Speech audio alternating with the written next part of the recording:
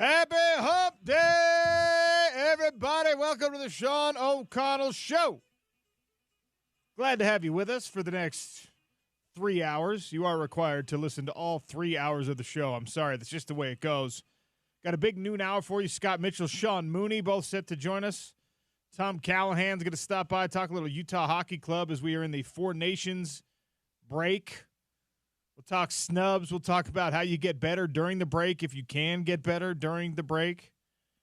Isaac Shade also going to join us in half an hour, host of the Locked On College Basketball Podcast. We're gonna get started on our bracketology discussions. We're gonna get started on projecting a postseason that unfortunately does not look like it's going to include Utah men's basketball, at least not on the NCAA March Madness tournament level. Just the struggles continue.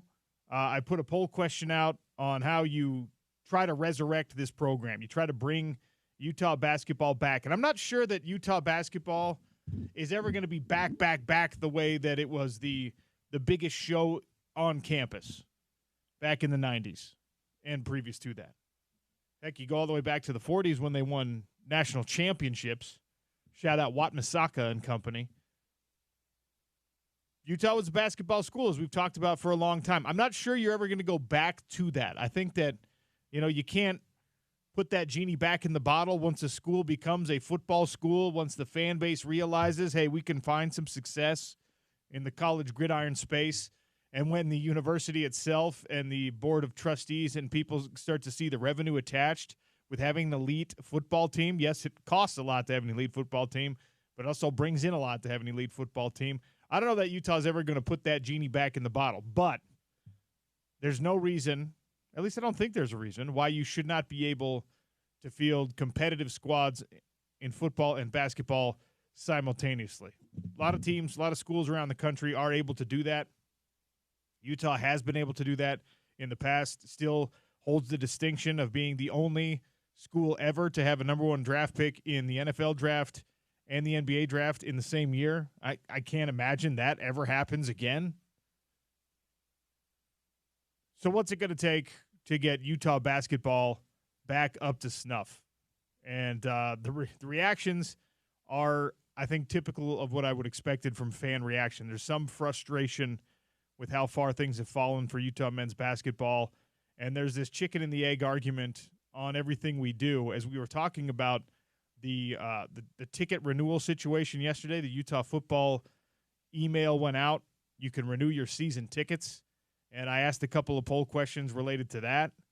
And there's a certain sentiment among still a minority of fans, but it's a growing minority. It's a growing percentage that remains a minority, but is gaining a little bit of steam about the cost of living, so to speak, as a Utah fan has gone up. And if the product on the basketball floor and the product on the football field is not up to what you would expect it to be, then people get more and more hesitant to want to pay that elevated cost of living. So the poll question right now for Utah basketball: what's it going to take to resurrect Utah men's basketball to being at least a tournament team? NIL, patience, just stay the course, wait, a coaching change. Want to make it clear, I don't think that's the answer. But if we're being fair to this process, you have to put it as an option, because Craig Smith is multiple years into his run and no tournament appearance yet. Coaching change has to be an option, would not be where I cast my vote, and I'll make a case for that later. And then when I put other, I always say, well, tell me what it is. And there is this sentiment that now extra personnel is necessary. You have to have a dedicated GM for basketball who not only is hired and has a title, but has the power to make real changes and do things that can affect your basketball future. And that brings us to another breaking story in the Utah sports world today. I guess it actually was a breaking story yesterday, but you probably took a little bit of time to tune in to BYU TV this morning or whatever. Even as a Utah fan, I think you should have taken the time. Tom Holmoe has retired, or it's announced that he's going to retire, I should say. At the end of this academic and athletic cycle, the end of this year, Tom Holmoe is surrendering a position that he has held for 20 years at Brigham Young University, and he's moving on. So as you ponder and contemplate what it's going to take to elevate Utah basketball back to the lofty expectations we all hold for Utah basketball, if you're being honest with yourself, begrudgingly or not, you're probably saying, well, what has BYU done to put their basketball team very, very recently back in the conversation that they are now currently a part of? And look, they're underperforming as a roster right now, I think, but they've got the number one recruit in the country committed to them for next year. And we all know, as we've talked about with every sport, in every situation, talent and the bodies on the competitive floor or the competitive field for you are the most important things. How do you get those guys at Utah? Whatever your answer is on the poll at Real OC Sports that I just asked, you probably at least are looking sidelong, begrudgingly, at how BYU has done it. And theirs is a very easy answer. It's the NIL influx. But that NIL influx came as a result of groundwork laid by Tom Holmoe during his tenure and the hires that he has made at the head coaching position at BYU. I mean, verdict is still out. James Peterson producing, by the way. Verdict is still out on what Kevin Young's going to be as a college basketball coach. But Tom Holmoe did oversee the hiring of Dave Rose, which worked out pretty well for BYU. And he oversaw the hiring of Mark Pope, which, of course, worked out pretty well for BYU. And now this Kevin Young thing, at least from a personnel standpoint, looks like it's going to work out okay for BYU, although he's going to have to figure out some of the college basketball stuff and get his guys firing on all cylinders. And we'll see if they can make any noise in the postseason this year. But the real expectation, I think, is when A.J. DeBonsa comes in. Now you've got to be not just a tournament team, but you got to be at least probably a Sweet 16 team with the number one player in the country. Absolutely. And Jerem Jordan, who joins us for Red and Blue every Tuesday at noon, when AJ announced his intentions on First Take that he's to come to BYU and shocked the crap out of guys like Stephen A. Smith. What an incredible reaction by Stephen A. Smith as usual at that time. But after he made that announcement, we had Jerem Jordan on maybe a day later. And he had said when BYU has had the number one player in the country in the past, they've been a Sweet 16 team, most recently with Jimmer Fredette. So that should be the expectation, not only a tournament team, but getting to the second weekend. They have not been past the Sweet 16 since Danny Ainge, I believe, but or maybe they were after Danny Ainge once or twice, but Danny Ainge was the most notable guy to get them past the Sweet 16. Never been to a Final Four, but that's should be the expectation when you have a talent like A.J. DeBonsa getting in. But to your point, Tom Holmoe, the other two hires he's made for coaches before Kevin Young, worked out incredibly well for BYU and made it so BYU is probably the premier college basketball program in the state, when around here, especially in Salt Lake, we were very used to Utah being in that position. So super influential on the basketball program in particular, and getting them to the Big 12, help leading them into where they get an invite to the Big 12 and Power 4 football.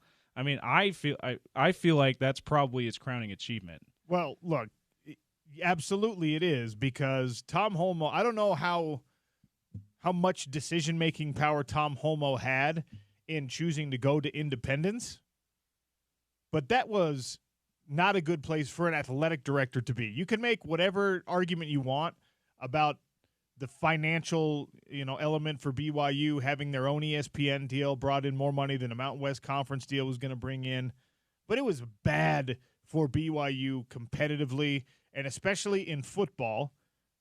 In basketball, they were able to join the West Coast Conference, and they were able to have some, you got Gonzaga there. You have St. Mary's there. Some respectable opponents at least. You have a conference tournament you get to play in. It looks like a regular season. It looks like actual college basketball, when you're in a conference, doesn't matter if the conference matters a lot less in basketball than it does in football, right?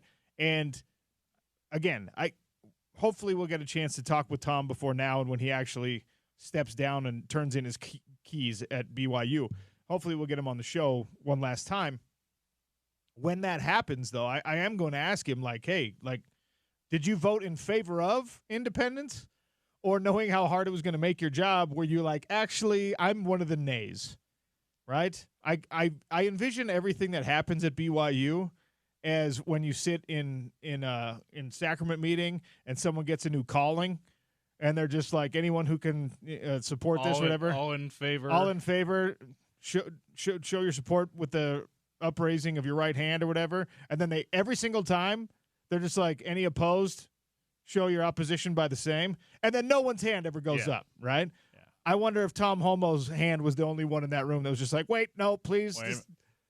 Maybe he was thinking he wanted to, but he refrained because he saw that it was unanimous otherwise. And then, yeah, because there's probably always somebody opposed, but they wait and they like whisper it in the bishop's office after the meetings are over. Like, was that Tom Homo? Or just like, wait, independence for real? I don't want to do that.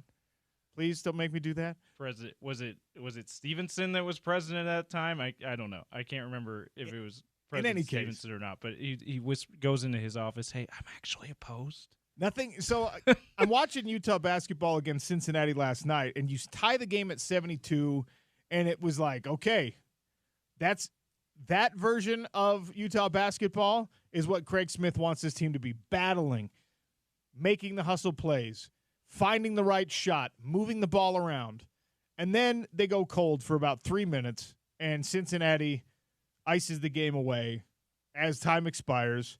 And you could hear it. You could hear it in the announcer's voice. You could hear it in the way that the players were talking to each other when the microphones picked it up.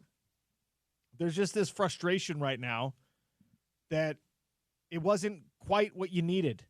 And unfortunately, that has happened way too many times in this team that is above 500 still, but they're 5-8 in conference play. And the realistic idea of a postseason run, at least at the NCAA level, is slipping through everyone's fingers right now. And fans are getting frustrated by it, especially when you juxtapose the lack of basketball success against the lack of football success for the last couple of years. People are starting to get bothered. When you're a supporter of Utah basketball and you're a supporter of Utah football, and you get the email you got yesterday saying, hey, your ticket prices are going if you want to renew, and then you tune into the basketball game last night, and it's just like, oh, we're so close, but not quite there again. It's a frustrating day. And then you find out that everyone in the state is talking about, well, look what Tom Homo did with BYU. And I listened to some of his press conference today. I don't think there was nothing sound worthy, in my opinion. There was nothing like quote worthy that I heard, except it was kind of cool when he was talking about all of his grandkids getting to play in the indoor facility at BYU. The thing with Tom Homo is it wasn't all about flash. There was a lot of really like difficult work done quietly behind the scenes to keep things relevant, to stay in this holding pattern through independence for football, through the West Coast Conference for basketball, and to be ready and waiting if and when a Big 12 invitation came down, or what they really wanted was a Pac-12 invitation that could come down, and it ended up being the Big 12. And they were not only ready at BYU because of the work of Tom Homo and company, they were not only ready, but they were prepared to thrive in that environment. And the dude has showed incredible scheduling ability, highlighted especially by the COVID year, but all through independence, having to fill up a slate every year, and with the exception of November, giving you some really high-quality games kind of throughout as a BYU football fan. Still, you were up against it.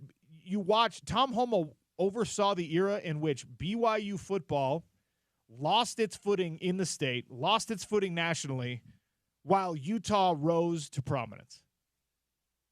Imagine how frustrating that is when you're in a leadership position, when you are overseeing an athletic department, and it is ultimately It's your job to make sure that that exact thing does not happen, that you're hiring the right coaches, that you're getting the right boosters, that you're building the right facilities, that you're campaigning with the right donors, so that that exact thing does not happen. Tom Holmoe gets to walk away, because of these last 2 years in football, gets to walk away loud and proud.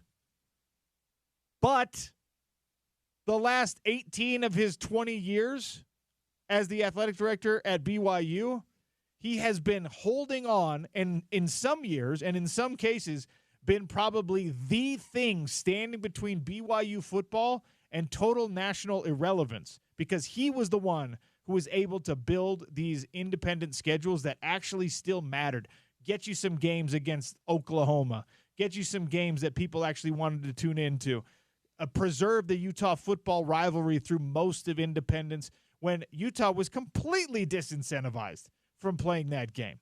Tom Holmoe was a huge part of keeping BYU in a position where they could bounce back, because while he was overseeing the program, what was relatively even footing with Utah football and BYU football in the Mountain West Conference, trading back and forth great years, trading rivalry wins back and forth, trading conference championship relevance and big-time bowl games back and forth.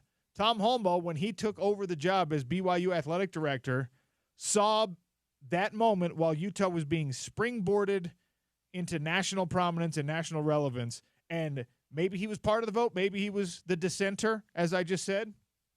But he was there. He oversaw the moment that created the dynamic where Utah started sprinting away from BYU. And then it became Tom Holmoe's job to try to keep up, not to win that race, but just to try to make sure that you had the numbers on Utah's back were still visible, because the Utes were running away with it. Utah football especially was sprinting towards the national spotlight as BYU was laboring and, okay, come on, guys, give it the old college try. Keep them within striking distance. And if he had not done all that he did during that time, then Utah completely outpaces it, disappears off into the distance, and BYU fades as a football program. If he doesn't find the inspiration to not only hire Kalani Sitake, but to be patient with Kalani Sitake through kind of the first assistant coaching staff that Kalani hired, and then a couple of bad seasons, and then knowing that the transition to the Big 12, when you finally did get that life raft of an invite, that transition was going to be somewhat difficult, and knowing I'm gonna ignore the noise, I'm gonna hit mute on the comment section on Cougar Board. I'm not gonna be a prisoner of the moment. I'm not gonna react. I know this is the right guy. All while you're managing, by the way, an elite volleyball team, an elite women's soccer team, an elite dance team. I don't know how much he oversees that, actually. And making hires along the way in basketball. Track and field has been national championship contender for a long time. Cross country, especially at BYU, is elite, right? So he's overseeing all of these things, but while his revenue sports, it's like juggling while balancing the spinning plates. And Tom Holmoe is doing all of this, trying to focus on what he's got in front of him while he's watching his rival outpace him. It's impressive.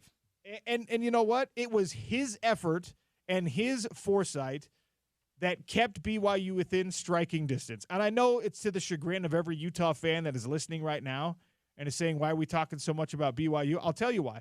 Because Utah had the opportunity to completely leave BYU in the dust and started to. And the only thing that saved BYU from just eating Utah's dust and having to suffer through it is Tom Holmoe. Independence could have destroyed BYU football. Attendance drops off. Support for the program drops off if you don't have good games on your schedule. If you're playing like the Army schedule, if you're playing a UConn football schedule to compare you to other independents in football. UMass. If you're playing a UMass, you did have to play UMass most years. Those were the November games that everyone wishes you could forget. But if you're playing a schedule like those teams are playing at BYU, coming out of the Mountain West Conference, choosing to go independent, and then playing that schedule for the last 10, 15 years, for all those years before you got invited to the Big 12 Conference, finally, Tom Homo was the one that was treading the water and keeping your just the lips right above the waves, just a little kick more, just a couple more breaths, so that finally, in a cinematic gasp of a last effort, you could grab on to the life raft that came floating along that was the Big 12. With no Tom Homo, you have already, as BYU football, you have already drowned in that 20-year period. So I hope everyone appreciates, even on the Utah side, I hope everyone appreciates what this man really did to keep that football program alive at the level that it needed to be so that you could have an 11-win season in 2024. I'm telling you, I can easily envision in my mind somebody else trying to do what Tom Homo did with the scheduling that he did and with preserving some of the stuff that he preserved and just not being able to do it. He had spent time as a head coach in the game. He was a head coach at the University of California. He had spent time in the NFL. He had, at the 49ers, no less. And this was in the DeBartolo era, like the prime of the 49ers, right? So this is a guy who learned from some of the best and held different positions, including a head coaching position, which not every athletic director does. And he knew where to meet everybody. Oh, and by the way, he's doing it at a church-sponsored school that also demands that every hire you make is an active member of the LDS Church, and also that your student athletes that you're focused on in recruiting and your assistant coaches and your donors and everyone else are above a certain level of cultural judgment. I don't know what the right way to characterize it is, but you have to meet a certain standard in order to be a visible figure at BYU, which eliminates more than half of the candidates that he could have brought in. Way more. It eliminates 90% of the candidates that you can bring in. And somehow Tom Homo kept you treading water at BYU. Maybe to the chagrin of Utah fans, maybe to the pleasure of Utah fans, because you have a real rival in-state, 45 miles away, and you're now conference opponents again in the Big 12. Tom Homo, James, I put another poll question out. Tom Homo, who announced his retirement, is a top blank figure in the last 20 years of Utah sports. Top 5, top 10, top 15, top 20. I know that you have to go through a little bit of a mental exercise and say, all right, well, at first blush, I might say top 5, but then we're like, all right, in the last 20 years, who have been the most influential people in Utah sports? And that's when it gets a little more complicated. Yeah, and we were talking about this off air, prepping for the show. I had misread the post and thought all time and went, well, he's not top 5 all time, but he's not that far from top 5 all time. But in the last 20 years, I think I voted top 10, but he might be 5 or 6. He might be 5, 6. Yeah, in that maybe range. 7. But you have to put it if we're going back 20 years. Okay, so we're going back to 2005. 2005. We can say even 2004, 2005 if you want to. Because of the academic calendar, sure. We'll say August 2004 till now. Sure. And, okay, so look at the hires that he made. Look at the players that were part of BYU since then. Look at the facilities upgrades that they've done at BYU. Look at the NIL stuff. BYU was one of the first schools that boosted itself, gave itself some upward mobility through NIL. Boosted. I like the unintentional pun there. Boosters, boosted. Yeah, see what I did? On accident. Accidental genius. Yes. New promo. And again, accidental genius, Sean O'Connell. Tom Homo was at the top of all of that, right? And it's a very unique environment that sometimes is more challenging than anyone else has to deal with, and sometimes is an advantage. Like in the NIL case, BYU's very unique status as a church-sponsored school, I will forever make the case that is an advantage because you have a disproportionately large number of uber-dedicated boosters that have nationwide reach. And because of things like Silicon Slopes, however you want to say it, and Ryan Smith and his crowd and many others. They've got in that segment of dedicated following, they've got some really wealthy people too. Correct. Okay, so should we? Tom Homo is a top blank sports figure in the state of Utah in the last years. Top 5, top 10, top 15, top 20, 877-353-0700. Kyle Whittingham is absolutely in the top 5. Yeah. Okay. The short list, Kyle Whittingham's got to be there. The process of elimination, you got to, okay, so Coach Witt has to be up there. Ryan Smith, to the chagrin of some, begrudgingly for others. Ryan Smith, if we're talking about it in 2025, is number 1. Yeah. I mean, and the thing about Ryan Smith's candidacy, if you will, for being a top 5 most influential sports figure of the last 20 years, what's crazy about that is it's really been in the last 5 years. 4 or 5 years that because he was a minority owner of the Utah Jazz for I don't know how many years at the end of Gail Miller's tenure and the Miller family's tenure. But he wasn't at least publicly that well known, right? He didn't get a lot of credit for whatever he was doing. He was donating a ton of money to BYU, but he wasn't getting a ton of credit. Then he becomes the governor of the Utah Jazz, the majority owner of the Utah Jazz, and all of a sudden BYU's awesome in basketball, and a lot of his money contributed to that. Yeah. We can't deny that. Obviously, he is overseeing a monumental change for the Utah Jazz, an end of another era of the Utah Jazz. He brings in Danny Ainge to be the CEO and the lead front office executive, who's one of the best GMs in the history of basketball, right? And then that's before we even talk about him buying in as a part owner of RSL and leading that new era, one of the leaders of that new era, and bringing in the Utah Hockey Club, which is probably the biggest thing he's done. That is the most significant change in the Utah sports landscape in my lifetime. Yeah.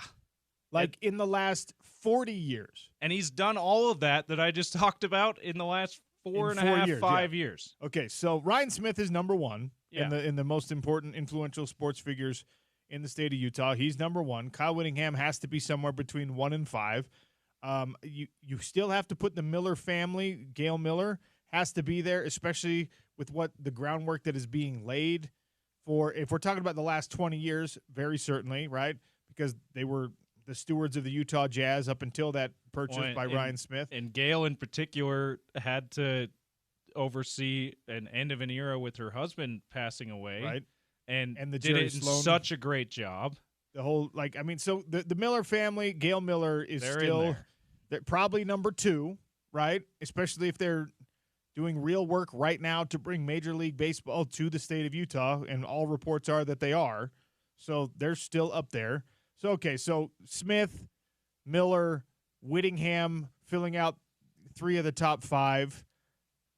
I would personally put Jerry Sloan in there in the top 5 because he in the 20 years he still had 7 years as the head coach of the Utah Jazz. Fair. And he oversaw.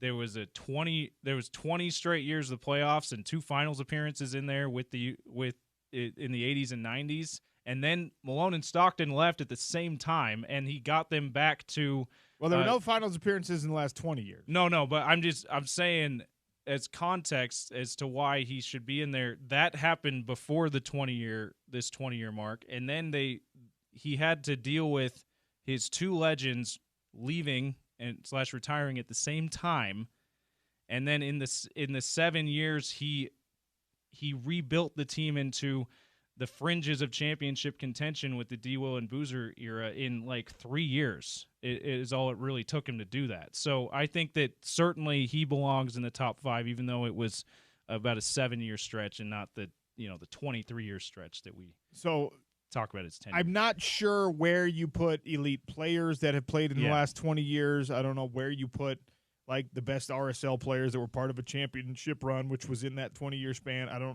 We talked about Dave Checketts, who was the owner of RSL, brought And RSL. the founder of RSL, Founded RSL, right? He brought oversaw the MLS Cup title in 2009. He not only brought a professional sports franchise to Utah, but again, this is all within the last 20 years, also oversaw the first professional sports championship for the state of Utah.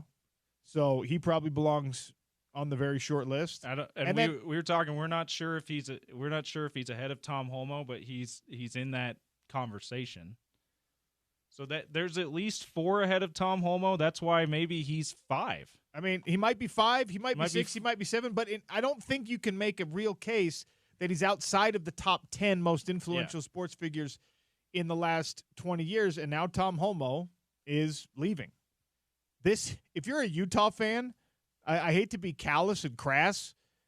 If you're a Utah fan, you are dancing over this. You should be spinning circles of joy, knowing that one of the best athletic director minds in the country is now moving on, and how prohibitively difficult it is going to be for BYU to replace him, to replace Tom Holmoe with someone who can hold his jock.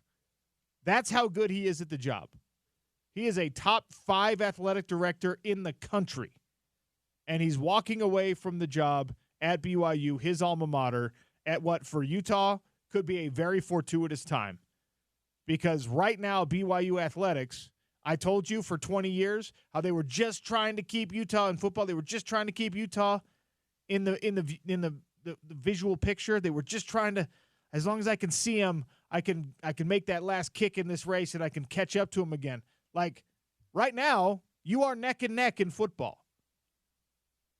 BYU's won the last 2 rivalry games. BYU finished higher in the rankings. In the preseason rankings heading into 2025, they're going to be ranked higher in most of them.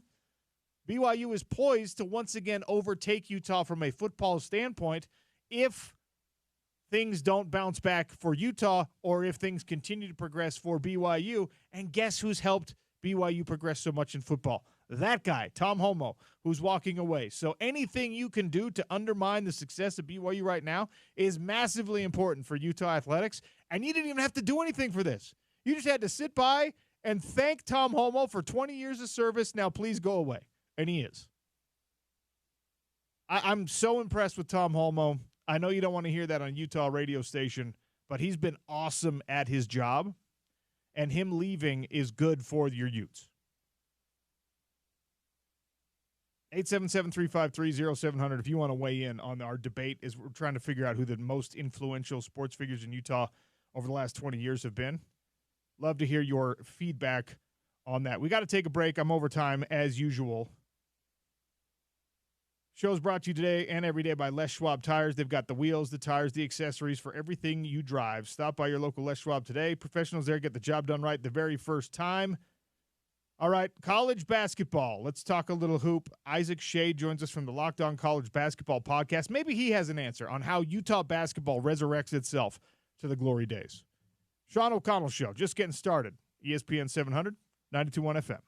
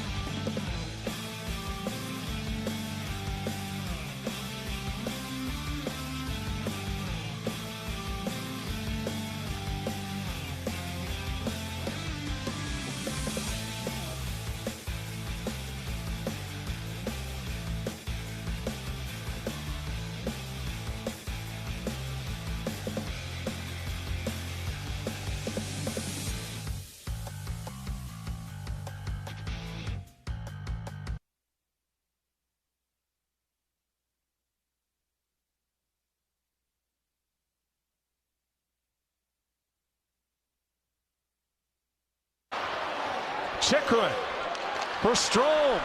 Brings it in. Strome.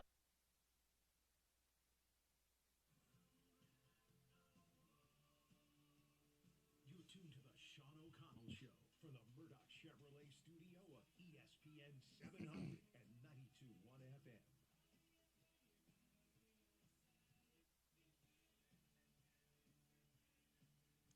Time to talk a little college basketball here on the Sean O'Connell Show. Isaac Shade, host of the Locked On College Basketball podcast, kind enough to give me a few minutes here on a Wednesday. Isaac, welcome to the show. How are you?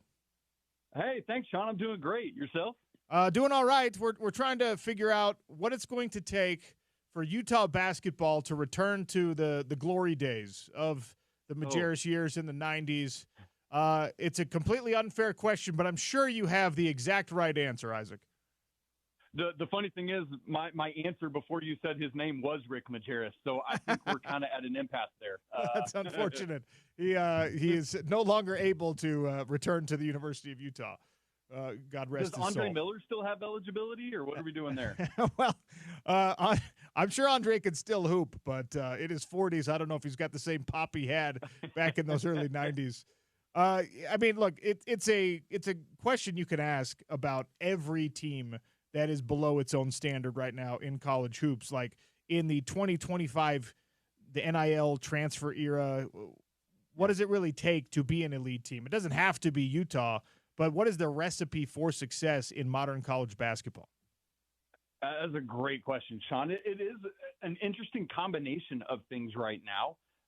It is still a great head coach like a Rick Majerus who knows how to do it, right? Who knows the X's and O's, who knows how to manage the gentle egos of 18 to 22-year-old men, or in this COVID era, 25-year-old young men.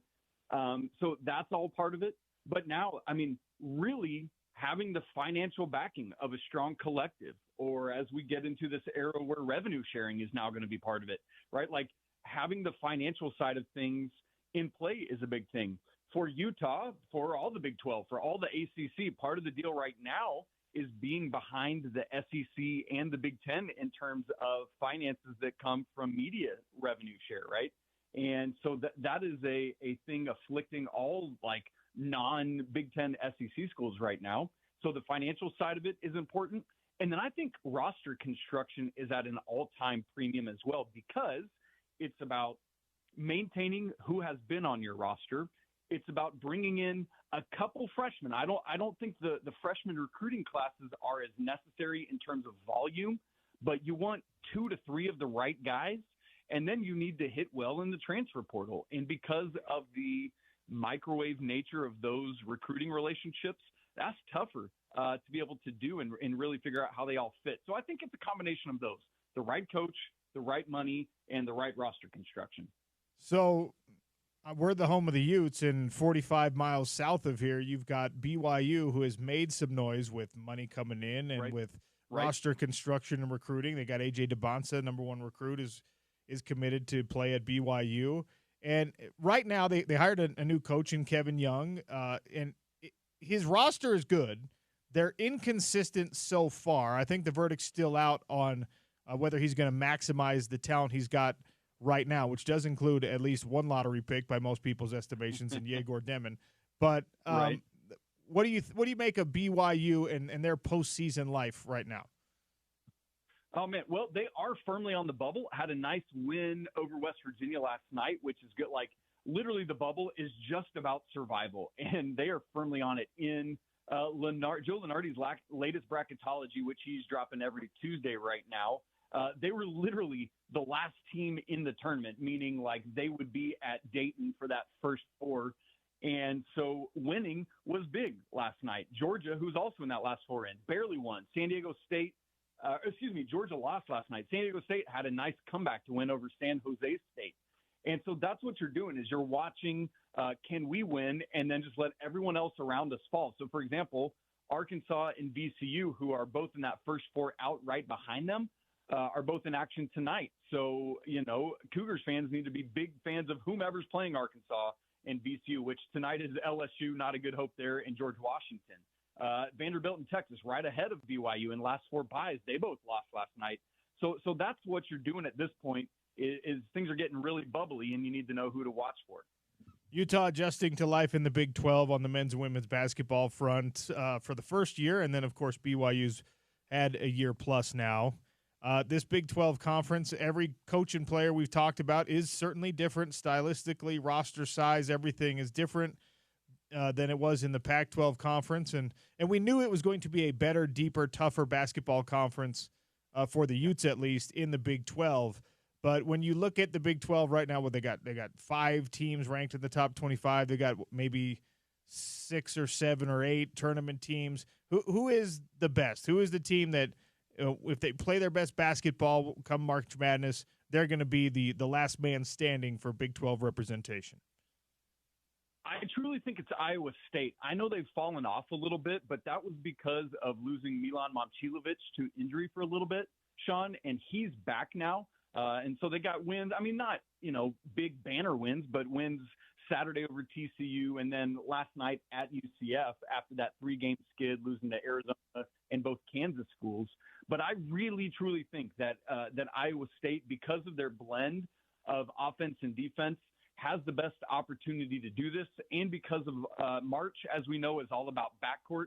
And because of what they have in Keyshawn Gilbert and Taman Lipsey, Joshua Jefferson's been a great transfer in from St. Mary's. Curtis Jones as this 6th man coming off the bench is massive and important for them as well. And so I really think they have, with a nod of the cap to Houston, and I really think it's Iowa State. We talk about the Big Ten and the SEC and their finances helping them out, and that's a football discussion every single day, every single week. Right. It's also proving itself out on the basketball front when we get down to our Elite Eight, Final Four, maybe even all the way out to the Sweet 16. Are those conferences going to be overrepresented like they are in a college football bracket? Certainly the SEC, which is the stronger of those two conferences. It is literally historically strong. The SEC is right now. I think they will be overrepresented. What I'm curious to see is how the selection committee figures out what is fair and appropriate, because, you're going to have a team like Georgia, we just talked about, that's on the bubble right now. They're 6-12 in the SEC, right now they're 4-8 in the SEC. And it's like, at what level are the losses so much that they overcome, perceived strength of schedule or things like that, right? That's going to be difficult for the selection committee. And then the other question is, like, you think of them versus like a Duke. Duke is dominating the ACC because there's just not much strength. But they won't be as beat up as maybe some of the SEC or even Big 12 or Big 10 schools. So I think those are kind of the dynamics at play. Is like the Big 10 last year had a ton of teams in the tournament, but none of them were high level enough, and not many of them stuck around very long in the tournament. All right, before I let you go, because I know you're up against it here, you live in North Carolina, and you are close to the Cooper flag hype, and obviously people here in Salt Lake City are watching that closely, hoping somehow, some way, by some miracle, the Jazz get an opportunity to draft Cooper flag. How good is he? He's insanely good. I mean, it is legitimate what he's able to do. He is leading Duke in 5 major statistical categories right now: points, rebounds, blocks, steals, and assists. I mean, it is that.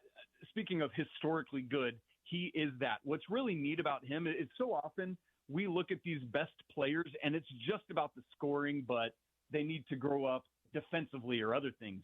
Cooper Flag is legitimately all around good, both sides of the floor.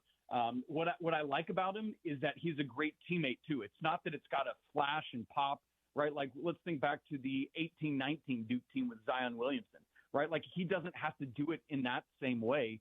He's just a phenomenally sound basketball player. He's got a wildly high IQ. He holds teammates accountable.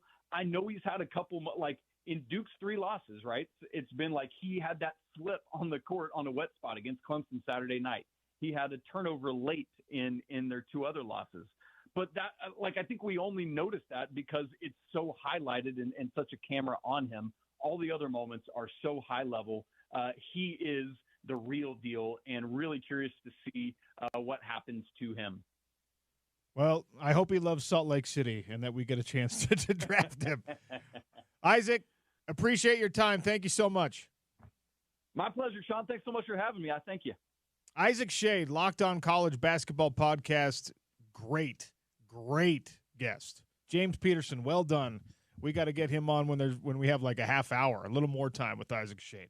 That's a guy who can give me something on every team. It sounds like in college basketball. He's well informed, and we got to shout out our guy Leaf Tulane for connecting me with him initially. Oh yeah, thanks, Leaf. On the Saturday show on Sports Saturday last season. But yeah, he's one of Leaf's buddies. Leaf hops on a lot of those college basketball and NBA draft podcasts in the Locked On Network, and that's Leaf Tulane's thing. He's like deep in that world. He's good. And so shout out to Leaf for making that connection about a year ago. But yeah, he's well informed. He sounds great on the radio. Has a great sound to him, and also he lives in North Carolina. He's a Tar Heel fan, and for us Duke haters, that's good. He's on the right side of things. Why are you a Duke hater? So you're gonna make fun of me even more about my team choices, but I have a college basketball favorite and a college football favorite team. Okay, so your college basketball favorite is the college basketball favorite. Hold on. So James Peterson, who grew up in St. George, Utah, loves the North Carolina Tar Heels in college basketball. Yeah. The Ohio State Buckeyes in college football. That's right.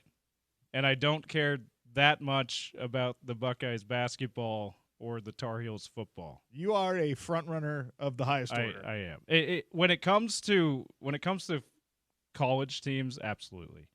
I got into it a little bit later because I was basically just a Jazz fan until I was in middle school or getting close to middle school age. So yeah, I started watching more ESPN, and yeah, naturally you go towards the teams that are more relevant than others when you're looking nationally who you like the best. And so that's how it worked out with my college favorite picks. But yeah, I know it's weird. You don't when you have a college favorite team, you're usually all of their programs are your favorite, but that didn't work out that way for me. Oh, every day James finds ways for me to appreciate him and also to despise him, because that you can't. It's okay if you want to split your allegiances. It breaks all the rules. If you want to split your allegiances, I'm fine. Like, that's totally cool with me. If you want to have a favorite basketball and football, if you have you can love the University of Denver for your favorite college hockey team. I don't care. Sure. But you got to pick someone that's like a little bit of a little engine that could. You know what I mean? I mean, lately that's what the Tar Heels have been. I guess that's true. R.I.P. Roy Williams. Not that he hasn't passed, but the Roy Williams coaching tenure. R.I.P. I was about to Google, wait, what? That's my bad. Did I miss that? Everyone, right. Isaac's still on the line going, wait, Roy Williams died? All right.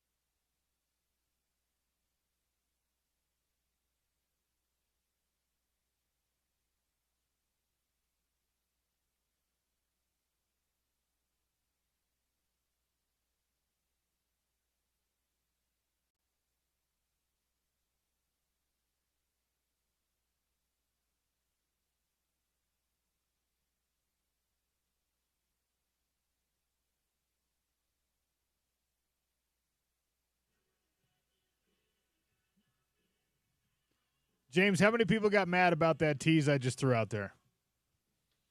Should we check the text line? I did get a few emails. No, I don't know. Hopefully not a ton.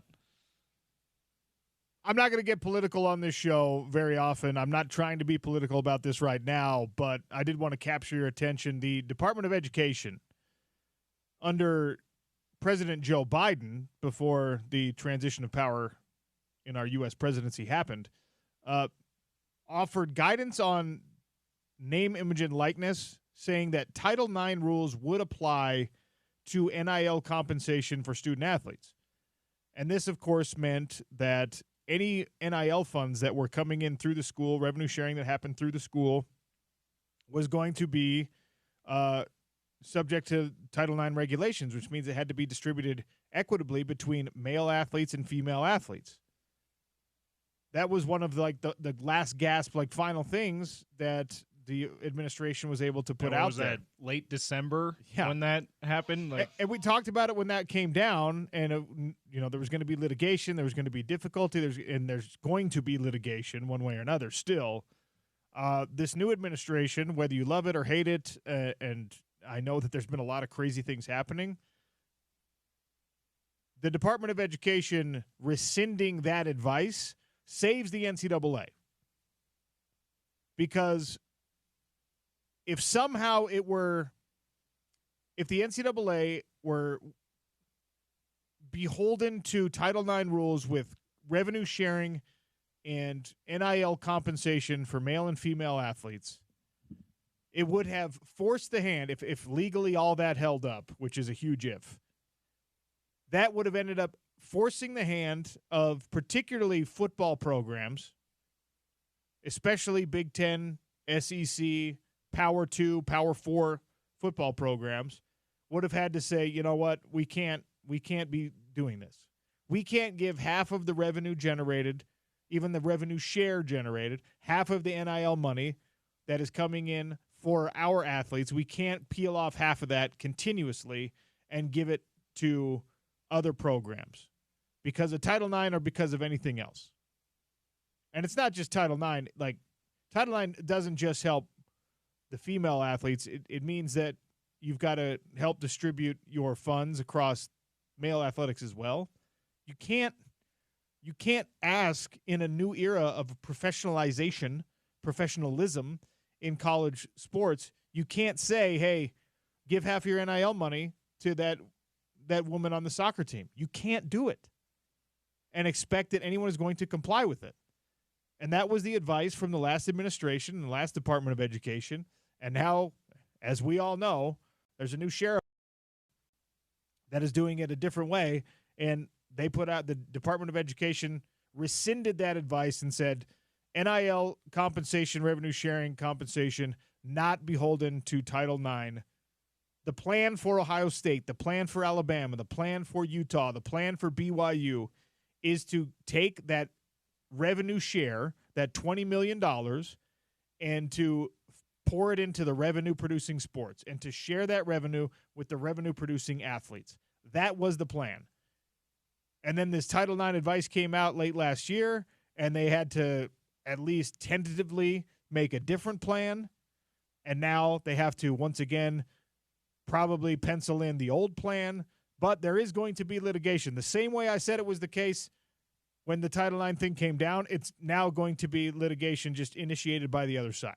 Now the folks who thought they were going to get money and were going to have to protect that money legally think they're not getting money and they're going to go sue for the money.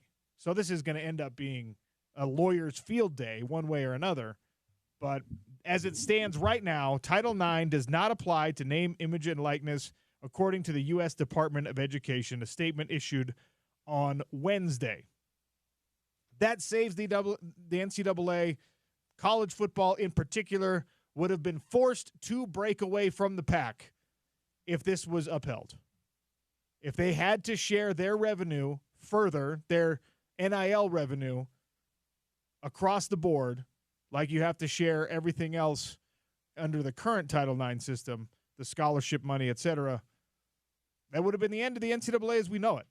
I promise you, that would have been the final nail in the NCAA coffin as it pertains to football, and this at least extends the lifeline a little longer.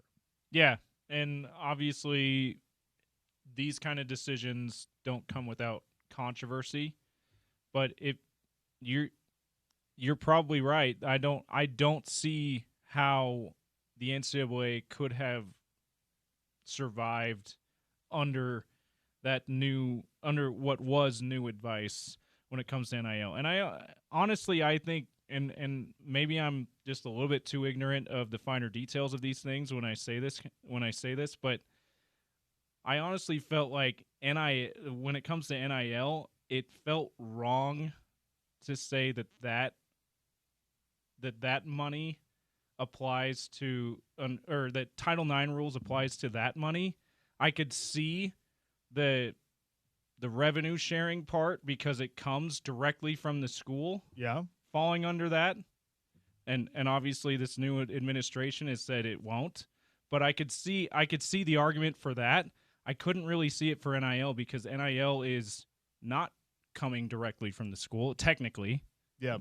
And it felt like it was a little bit wrong saying, hey, these businesses, these donors who are expressing their free speech by saying we want to give this athlete money should have to be like, well, if you're going to give this athlete money, you have to give this athlete money too. I mean, look. I don't know about. Here's the I thing. didn't know about that. So Livy Dunn, right, the gymnast at LSU, was bringing in anywhere from $2 to $5 million in NIL deals as a student athlete, right? You'll notice that nobody told Livy Dunn, who earned that money herself with her marketability, with her athleticism, with whatever. Nobody was saying, Livy Dunn, you have to give a portion of this money even to your teammates. Nobody said that. Nobody said, Livy Dunn, you have to give some of that money to the men's baseball team at LSU, your boyfriend's team. You got to give some of that money to them. Nobody said that.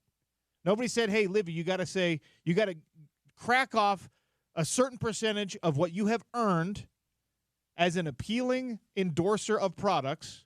You have to give some of that to the women's softball team. Or you have to help pay for Kim Mulkey's silly outfits with that money. Nobody said that. But people were very happy to say that to, I don't know, Smith Snowden. Hey, whatever NIL money you've got, you got to give some of that to somebody else. It doesn't make sense.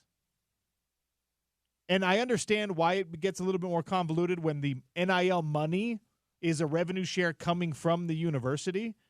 Why people would want to say, well, hold on. That needs to be distributed equitably. But again, we do this very exclusively with college athletics. We did it, I guess, a little bit with the U.S. men's and women's soccer teams. We've heard these arguments about the Olympic contingents on the men's and women's side. And I promise you, I want female athletes to get the maximum amount of support and the maximum amount of revenue. But it is not a reasonable expectation for anyone who earns the money, who brings in the money, to then be forced to give 50% of that money under Title IX rules, equitable distribution, half of that money to people who did not earn the money or who have not earned the money. We would not do that to the Red Rocks. We should not do that to the men's basketball team. We would not do that to Gavin Peterson's women. We should not do that to Kyle Whittingham's team. If we're talking about equality and equitable treatment, that's what it really means when we're talking about the NIL stuff. I'm all for Title IX, sharing scholarship money, state funding, all of that stuff. Government funding, perfect. But when you're talking about NIL, you're talking about revenue generated and sharing revenue generated. That's earned money. You can trace it to the seat that was bought, to the season ticket that was renewed. You can show everyone where that money came from. And this $20 million belongs to the people and the programs that generate the money. That's not an unreasonable take. It's not a silly thing to say. The NCAA would have had an impossible time enforcing it and probably still has an impossible time enforcing it. But the Department of Education, with the statement issued on Wednesday, finally saved the NCAA's behind, at least as it pertains to this issue. And who knows, maybe if – and we kind of all expect that revenue share money, that number to go higher at some point. Yeah. If it gets high enough to – if the number is big enough, I think maybe not 50%, but there's a percentage that would be reasonable to say, hey, of $150 million that you're allowed to share with your student athletes, 20% needs to go outside of the revenue sports. That's a different conversation. But as it is at $20 million, I mean, we've been talking about how Utah in particular, what's their surplus? Well, they operated at a deficit this year. They operated at a deficit this year. Okay, so Utah, for example, that's operating at a deficit, other schools that maybe have only a couple million of a surplus, like $20 million as it is going to be tough for them to share. But once it's higher than that, you can maybe revisit this and say, okay, let's talk about how this ought to be under Title IX at some point. But it's certainly not right now. Spoiler alert: they're not going to. It probably won't happen. Again, if we get financial statements from the University of Utah Athletic Department, and they say, okay, here's the revenue pie at the University of Utah. The grand, let's say $100 million came in for Utah revenue last year. $80 million of that came from the football team. Okay, great. That's 80% of revenue goes to the football team. 80% of that $20 million revenue share goes to the football team. That's $16 million if my math is correct, right? And then they said, okay, 10% came from the Red Rocks. Okay, great. Red Rocks get 10% of that $100 million. Wait, they get 10% of the $20 million, that share, right? Same thing with baseball, basketball, skiing, whatever. When someone shows the ski team, hey, sorry, you generated 0.05% of the athletic department's total revenue last year, so we can only give you 0.05% of the revenue share of this $20.5 million or whatever, then nobody gets to cry. Nobody gets to be mad. Nobody gets to be unhappy. This is the easiest thing of all college athletics revenue distribution, all of the numbers associated with college football and college basketball and college gymnastics and softball and soccer and everything else. This is the easiest equation to figure out. You just say, this is the money that came from this sport. Here is your equal percentage of the revenue distributed as NIL deals by the school under this new settlement, this new thing.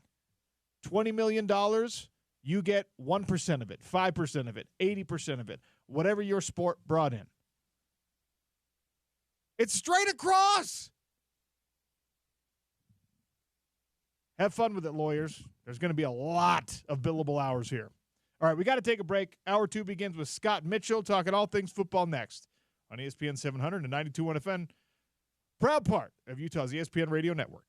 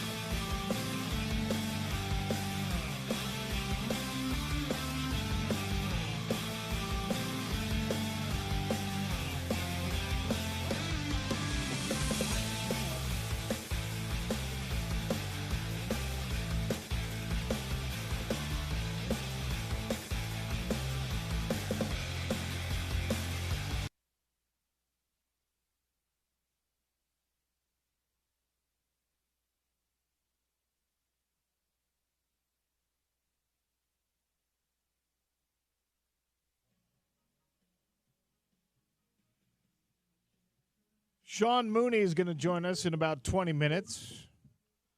He was on the call last night as Utah men's basketball came so close against Cincinnati, tied the game up at 72, and then Bearcats went on a bit of a run to close things out. Utah still seeking a quad one win on the year. Scott Mitchell set to join us here. Lots to talk about in the football world, in the basketball world, in the Utah sports world, as the breaking news came down yesterday that the BYU athletic director, Tom Holmoe, would be stepping aside after the end of this calendar year, this sports calendar year. The athletic cycle finishes up in the summer, and he will then rescind his duties, surrender his duties as athletic director at BYU. James and I were batting it back and forth earlier on the show. I put the poll question out there at Real OC Sports. You can always reach out as well at 877-353-0700.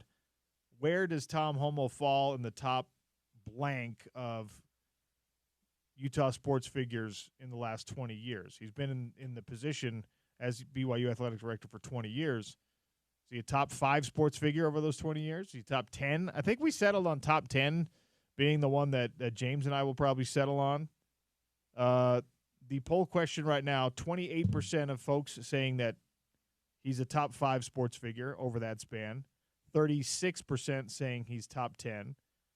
12% saying top 15. 23%, almost 24% saying that he is top 20.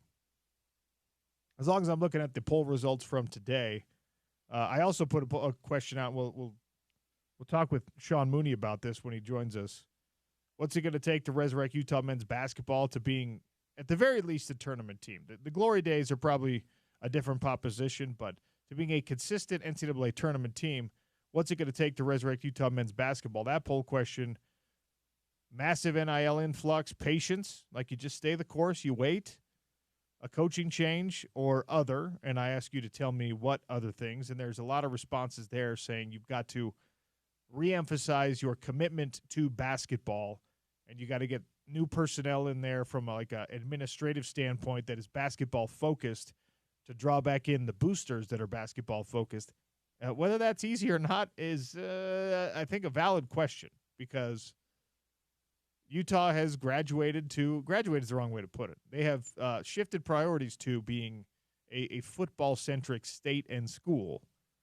And to get basketball back on top is going to take a commitment from everybody, a commitment from the fan base, a commitment from the administration, a commitment from the athletic department. We were just talking about NIL, and we were talking about the revenue sharing. The teams that are going to have the best shot to persist as elite basketball schools are going to be schools that are not expected. They'll fall into 2 categories. Schools that are not expected to consistently dominate in football, like the Gonzagas of the world, the Kentuckys of the world, the North Carolinas of the world. Teams that can feasibly and reasonably siphon off some revenue, some money to feed basketball because their football fan base and their football enthusiasts and their football boosters are not ravenous about prioritizing football first. And then the schools that just flat out don't field football programs, like Gonzaga, St. Mary's. I don't know if Kennesaw State has a football program. I think they do.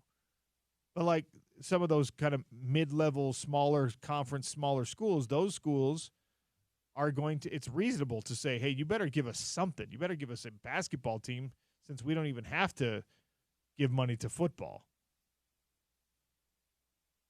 The teams that are just rich enough, like the SEC teams that just have so much money coming in that they can be competitive in both, the Big Ten teams, they can be competitive in both, the Michigans and Ohio States, Notre Dame as an independent falls into that category.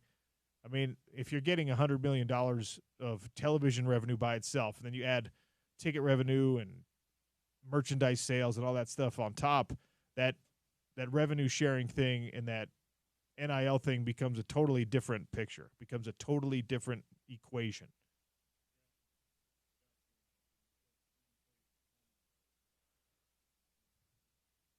At the end of the day, what's it going to take for Utah men's basketball to resurrect itself to being at least a tournament team? NIL is the largest piece of that puzzle. There is a significant chunk of votes coming in on coaching change. Again, be careful what you wish for. I don't think Craig Smith is a great coach. We know Craig Smith is a great coach who's had success at every place he's been. Now, his resources at the previous stops have been proportionate to that success.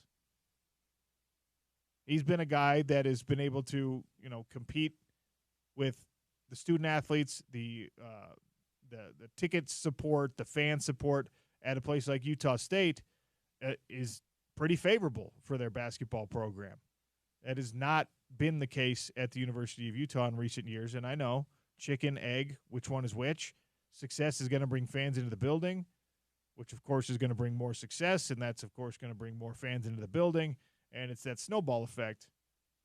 I think coaching change is the low-hanging fruit that people go to whenever there's struggling happening on any front, whenever there's difficulty on any front. Everyone is just like, oh, well, you need a new voice in the locker room. You need a different change. If that's your answer, tell me who you think is going to be better, who's got a better resume and a better track record than Craig Smith. You better have someone good because he's a really good basketball coach.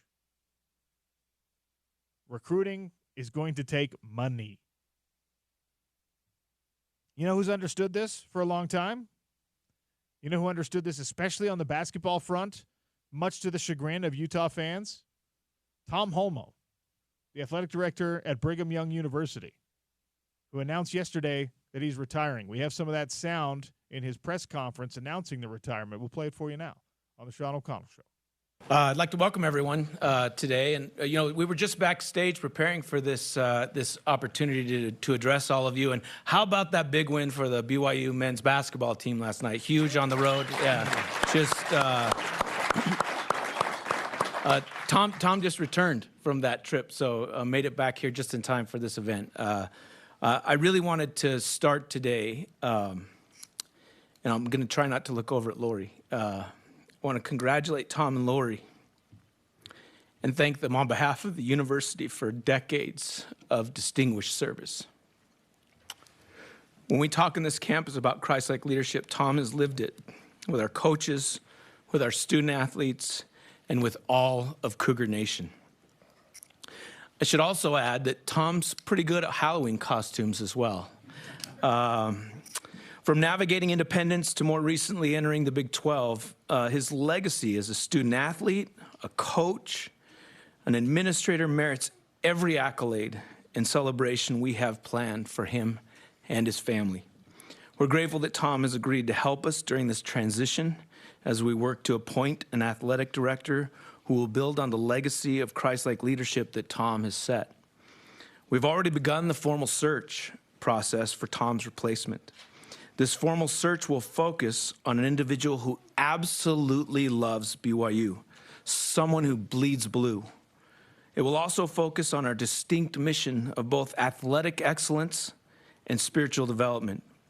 In President Spencer W. Kimball's prophetic address about BYU's second century, he said, "Until we have climbed the hill just before us, we are not apt to be given a glimpse of what lies beyond. The hills ahead are higher than we think."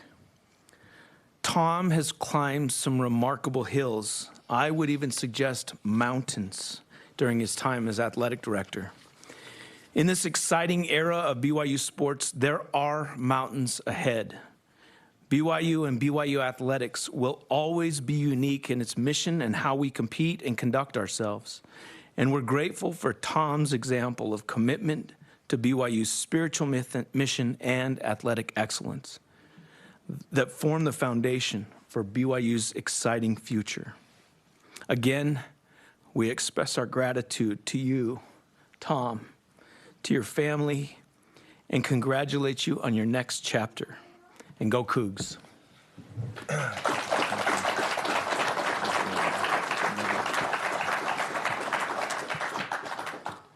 Thank you, President. I appreciate those kind words. And like you, because of the emotion of the day, I think I'm going to stick to the script. When I retired from playing with the 49ers at the age of 30, my dad remarked to me, "You're the luckiest guy in the world. You have not had to work a day in your life." I believe that what he meant was that if you love what you do at your job and you love the people that you work with, and together you create success, can you really call that work? I thank God every day for the incredible blessing of working at BYU for the past 23 years. I've played, I've coached, and I've administered as a Coug for 30 years. BYU is my home. Our Homo family motto is making memories. Our collective memory bank is filled with sweet and cherished memories of the thrills of being a Coug. I count it a miracle that someone who knew nothing about BYU or the Church of Jesus Christ of Latter-day Saints as a sophomore in high school growing up in Southern California could, one, find my way onto a team coached by the legendary Lavelle Edwards. Two, line up with the first-class teammates in every respect of the word. Three, meet and marry my dream girl, Lori. Four, get exposure at BYU to be drafted into the NFL. Five, return to coach the Cougs for 2 years, which led to jobs at Stanford, Cal, and the 49ers, only to return to BYU for a third time to become the athletic director. I can only say BYU has blessed my life immensely. All right, look, it's hard to listen to, not because Tom Homo is, a BYU guy, but just it's a prepared statement. I'd like to hear him speak from the heart. He's a brilliant man on the athletic director front. He is the one that kept BYU afloat through independence on the football side of things, allowed them to thrive in the in the West Coast Conference after being in the Mountain West, and of course set them up for success in the last couple of years, especially on the basketball side. BYU fans have this very selective memory about their support of Kalani Sitake, and I guess that's typical of all fan bases. There were people that wanted Kalani out a couple seasons ago, didn't like what he did in his first year in the Big 12 Conference, and were getting antsy. There was plenty of Fire Kalani on Cougar Board. There was Fire Kalani Twitter accounts. You were dead wrong for feeling that way, and some of us knew it. You know who the most important person that knew it was? That guy, Tom Homo. And obviously the results this year for BYU, to the chagrin of all of us, as hard as it is to admit and to say on a Utah Sports Radio Network, that's very, very difficult to see. That guy with the vision at BYU that finally got them to the promised land of a Power 4 conference.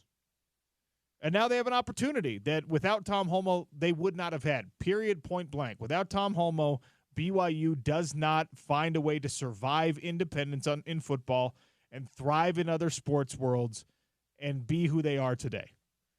Whether you love it or you hate it, and I know most of you hate it, Tom Homo was the architect of a lot of that good stuff. And the as hard, it's just not super listenable, if we're being honest. The prepared statement, the reading off, the gratitude type of stuff.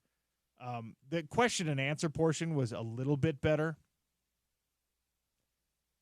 But you got to do justice to the moment, even on a Utah station. You got to do justice to your rival's athletic director, who is so instrumental in any success that they have had, despite the difficulties they faced, especially in scheduling with the whole independence era. Tom Homo walking away is only a bad thing for BYU, is only a good thing for Utah. When you get down to the competitive brass tacks of this, whoever it ends up being, and we had a conversation in the office this morning. Like, there are people who think it'll be Chad Lewis. I like Chad Lewis a lot. Chad Lewis trying to replace Tom Holmoe, being the man after the man, that's rough, dude. I would want the job if I was a BYU guy, but I would not want people to expect me to do everything that Tom did right away, especially come Halloween, because you're not matching his Halloween costumes, I'll tell you that. He had some good Halloween costumes. It's so funny because he's like, I've made this point on the air before. He comes across as such like a serious man, and I've had some conversation with Tom Holmoe. I think he's a pretty serious guy. And then he sets it aside on Halloween, and he goes way all out, all the way out. It's like Fan X / Comic Con. Like, he goes like professional makeup artist. Did you see the He Who Shall Not Be Named costume when he did Voldemort and took his nose off? Yeah. Like, you can't just go to like Spirit Halloween and get that level of costume. And the half burn marked face from Phantom of the Opera, yes, too, when he pulls the mask off. Yeah. So good. Genie from Aladdin. The genie from Aladdin, when he went Blueface. Jafar. He went all Aladdin characters. If you're in Blue Man Group, are you outraged that Tom Holmoe went Blueface for Halloween? As Genie? Probably are. You're probably like, what the heck, dude? That's our thing. That's a little insensitive, man. Also, Will Smith going all blue for the live action movie. Hey, little insensitive, Will Smith. Everyone in Avatar's just like, come on, dude. What are you doing?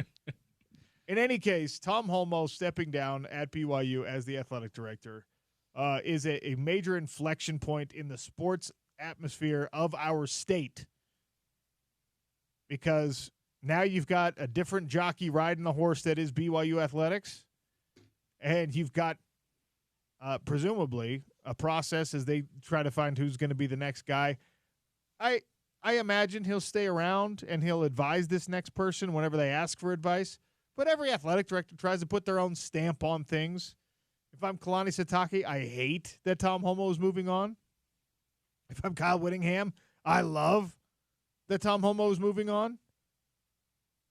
We'll see how it all plays out over the next little while. All right, we got to take a break. Sean Mooney, color analyst on the Utah basketball radio broadcast, is going to join us next. Running Utes came oh so close against Cincinnati last night. What happened down the stretch? How do you resurrect this program? We'll get into it with Sean Mooney. It's the Sean O'Connell Show, ESPN 700, 92.1 FM.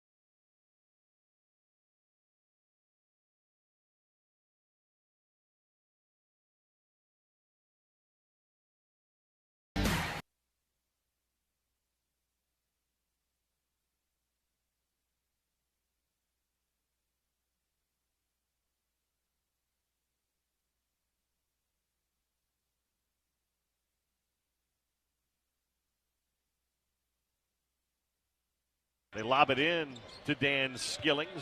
He'll drive on Keanu Dawes. Out to Jizzle James for three. That one's short. Skillings with the rebound. Lays it up. Missed it. Gets his own rebound again. Has it blocked by Asar. Little's away with it for Utah.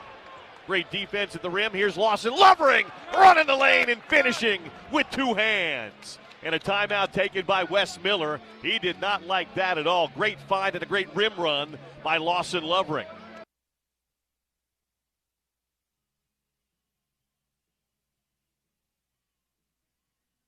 Great highlights, as you always get when Bill Riley's on the call, your voice of the Utes. Ezra Asar led to the block, leads to the transition dunk. But it was a loss to Cincinnati last night. That sound courtesy of the Utah Sports Radio Network. Up next for the Runnin' Utes, number 17 Kansas, Saturday at the Huntsman Center. You can hear it right here on your home of the Utes, ESPN 700. And now's a good time to text Utes to 33986 for a chance to win a pair of tickets. Next home game is the aforementioned Kansas matchup. Tickets are available at utahtickets.com, or you can text Utes to 33986. Sean Mooney, also on those radio calls alongside Bill Riley, was on the call last night. You should have been listening to it right here on your home of the Utes. He joins us now to talk about what is plaguing Craig Smith's team at the moment. Sean, welcome. How are you? I'm good, Sean, man. My partner, he was on fire last night, man. The Fifth Third is a really fun place to watch a game, and we were so close. I mean, come on. How close can we get, Sean? We just can't quite get over the hump. They battle back. They tie it at 72, Sean, and the everything. It felt like everything in the building changed. I mean, you're there. You're feeling it more than I am.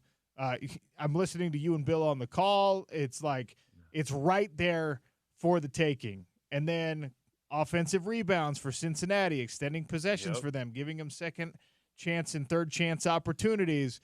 And it just slips through the collective fingers of this Runnin' Utes squad. You did a great job of describing it in the moment of capturing the emotion and the feeling that Utah fans and alum like myself were feeling in that moment on the broadcast. I thought you did a great job of it. But as you're there and you're watching it unfold, what happened? Man, thanks for listening. I mean, it's interesting. You know this, Sean, because this is your business. You become intimately, to some degree, emotionally connected to your team. I know fans out there feel the same thing. It's one of the reasons why we want our athletes, our student athletes, and our sports to do so well. I mean, basically, those two offensive rebounds that their guards collected, and listen, they're smaller than we are, but we both know this. Often small and fast can collect rebounds in a way that big can't. They got those two rebounds, and then that stupid, I mean, listen, not stupid. Day Thomas hit a really big shot. I think it was only three of the game, and it was at the buzzer, and it kind of one of those dagger threes, break your back threes. And then we are just not as efficient at the end of games as at least these last two games, in particular, West Virginia and Cincinnati. They're more efficient. I mean, they went on a 13-3 run at 2:52, and both Bill and I believe we could do it. So Gabe Mattson had a career-high 8 3-pointers last night, and he was a leading scorer in the game. There was a time, though, that he missed 7 three-pointers in a row, and when you go that I mean, we've talked about this before. When you're a shooter, you got to shoot yourself out of a slump. I don't know. I truly don't know what the right recipe is for making sure you're getting the right shots, you're getting the right looks. And when you go cold like that, you just got to keep going, I guess. But how frustrating is that for a leader on this team to get the looks and it just stops falling in a game where you started hot? Yeah. I mean, so it was tough. I mean, he was 8 for 22. We all want to see Gabe Mattson hit threes, and when he makes them, it's so much fun to watch. But I do think that we started to rely on him more than we needed to, Sean. And we didn't get to the rim, so we had no free throws, right? So we're 0 for 3, but we get no free throws because we're not putting any pressure on the rim. And we all want Gabe to do well. And he missed some of those shots, but he was tired. He's defending Jizzle on the other side, Jizzle James, who had a heck of a game. I mean, for both of us, Bill and I think we both like to see more rim pressure, in particular at the end of a game, because it puts pressure not only on their defense, but it puts pressure on the referees to make calls.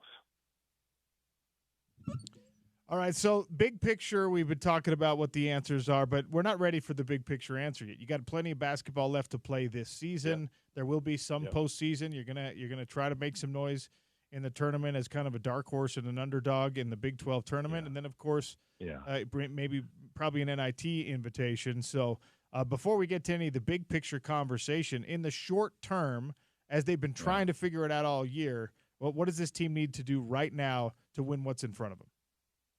Yeah, and you're right. I mean, I think in the short term, more than anything, we've got to figure out our mixture. And so in this last Cincinnati game, to give Coach Smith credit, he tried to create different situations from a playmaker standpoint, meaning that different people had the ball in their hand. So Ez was a playmaker, Mike was a playmaker, Miro was a playmaker, Hunter was a playmaker, Gabe, not really playmaker, but coming off screens, as you know, and/or when he drives. But I think, honestly, we need to put more pressure on the rim just in general. Laws had a great game. They gave up the rim run. Lawson did a nice job of recognizing what the defense was doing. We don't really have one thing that we do really well, and we don't really have anyone, and I want these for us, we don't really have anyone that can just get us an easy bucket. You'll notice, like in that Cincinnati game, Jizzle James can get easy buckets. So I don't know that that's going to change for us. I think we got to be better defensively, period. We just weren't good enough defensively, and especially on the road. And now Kansas comes to town. We match up well with them, Sean, because they're big. Kansas State is also big, but their bigs are interesting. We can talk about that. But we got to be better, I think, defensively. It's the only way we're going to have a chance to win either of these two games ahead of us. I mean, I know that it's maybe the most boring part of an offense and the most lackluster part of a game, but getting to the free throw line does generally translate. 3 free throws taken by Utah against Cincinnati. They didn't make a single one of them. Yeah. I mean, that's been it's kind of been us all year. I want to give Steve Bartles a little shout out because he wrote an article a couple weeks ago about how important it was for us to get to the line, even though we don't make them. I mean, there's so many reasons it's important because you get their team in foul trouble. Their rotations are different. They know that we're coming at the rim, which could possibly open up something outside. Anytime you can penetrate to 2 feet in the paint, usually you're drawing somebody. And if you recognize that, the rest of the guys on your team have a chance to have an opportunistic chance at the basket. Sean Mooney for another few minutes here on the Sean O'Connell Show, talking all things running Utes. So I put the poll question out on the big picture solution. How do you get back to prominence? How do you get back to being a consistent, regular tournament team? And look, it's an unfair question for anyone to be trying to answer right now because there's so much you got to do right now. But like a lot of these answers, it seems like in college sports right now come back to money and coming back to the NIL thing. Now, when we talk with Mark Harlan, when we talk with players up there, when you talk with certain personalities up there, you don't get the same answer about how available NIL funds are for the basketball program and how much that's even going to help in this situation. So I wanted to get your thoughts. Yeah, I mean, a couple of things. So obviously, my opinions are my own. They're not administration. They're just mine. But as a former student athlete, there are a couple of things that I think are going to make a big difference. Number one, we're in the Big 12. Players are going to want to come play in a team that's playing in the Big 12. It's a great conference. It's not the best conference this year, the SEC is, but it's one of the best conferences, and we'll move forward as that. So you're going to get players just based on the fact they're playing in the Big 12, number one. And then it's about roster construction. I know, listen, I'm not a coach. I've been around the coaches a lot. But I think it's really about roster construction, knowing what you want to do, and then fitting your pieces, getting student athletes into your program that fit into what you see as a way that you can be successful as a team in the Big 12. So, I mean, listen, the money aside, we know things are hopefully going to change in March in terms of there's going to be a set limit and there's going to be a certain percentage. But I think it's all about roster construction. And then we know that once you get them there, you got to figure out how to help them with their roles. Is that something that this team's good at right now, everyone understanding what their role is? We've seen it kind of fluctuate. We've seen some guys on certain nights be like, okay, tonight's my night. I'm going to give you 18 points and 9 rebounds, and I'm going to be one of the leading scorers here. And I think of Keanu Dawes. When I look at how games are playing out, I almost always go to him first because we've seen him look like the best player on the floor given nights, and then some nights it's like, where'd he go? Yeah, Sean, that's good. That's a good observation. I mean, I really like KD for lots of reasons. I mean, I think from a high-level athlete, long, can shoot it. He's finishing up and around the 70% inside. He has a lot of potential. And one of the things that fans, I think, need to understand, and we do really fluctuate, Sean. We go up and down in terms of who's getting what. And some of that has to do with what the teams are giving us and what we think we can, impress upon them offensively. But sometimes kids come in and they just don't have their assignments. So you got to be assignment sound on the defensive side. And maybe you lose a couple, you make a mistake. Like last night, they Larry's called a lob. And our team went over the Larry, ad nauseum. And some kids just forget what they're doing. And when that happens, coaches got to make decisions. Do I keep that kid in? And so often you're going to see that go back and forth. Cincinnati plays 11. We play 10. I wouldn't say, Gabe has been our star player, but Gabe has obviously struggled because he's on everyone's list as our star player. I wouldn't say we've had a player take over. Ez has been really good at times.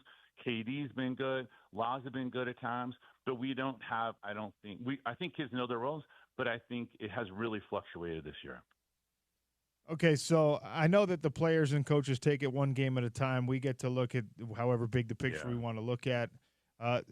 You're running out of opportunities to stack quality wins. It looks like March Madness is not going to be in the cards for this team, but you can change your fate one way or another with a strong run in a Big 12 tournament. Now, easier said than done because this is a really good basketball conference. And the old adage, the cliche is, are you playing your best basketball heading into that? I don't think we can say that just yet. How do they get these final few regular season games to answer that question? Are you playing your best basketball? Because you still could be by the time the tournament rolls around. Yeah, I think that's right, Sean. I mean, I don't think we know what our best basketball is. I don't know that we've seen it. To me, the best basketball, and listen, we had fewer turnovers. We've been doing a better job with the ball. The turnovers we did have in that first half hurt us. And then, that team went on an offensive rebounding tear and crushed us on the glass, which is something that hasn't happened. But our best basketball is hopefully ahead of us. And we do have some really fun games ahead of us. I mean, come on. Kansas is coming to the Huntsman Center. Kansas State is as hot as any team in the country right now. There's an argument for someone spending a lot of money. Jerome, a lot of money on their team, and they didn't look good early. So do we have hope? Absolutely. Do we have next-level players on our team? Maybe not. Some of these teams we're playing, they do.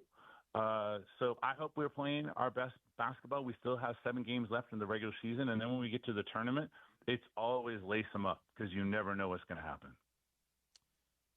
The BYU athletic director, Tom Holmoe, announced yesterday he's going to step down. Wow. He's done at the end of this athletic year, and he's been a giant figure in the Utah sports landscape. Your thoughts on what that means, for, if anything, for Utah? I think Tom Holmoe's done a great job. There may be one or two things that I would say that happened between our basketball program that maybe wasn't great, but other than that, obviously he's been very successful. I would say that administrators are having the toughest job of their lives right now. This whole new world that we're in is really tough for athletic administrators. So I'm not surprised. I don't know him at all, but I'm not surprised. He's been at that helm for a while. Maybe it's just time for him, Sean. What do you think? Yeah, that's effectively what he said. He's been, he's 20 years deep in the job, and he reevaluated every year, and they decided this was the right time.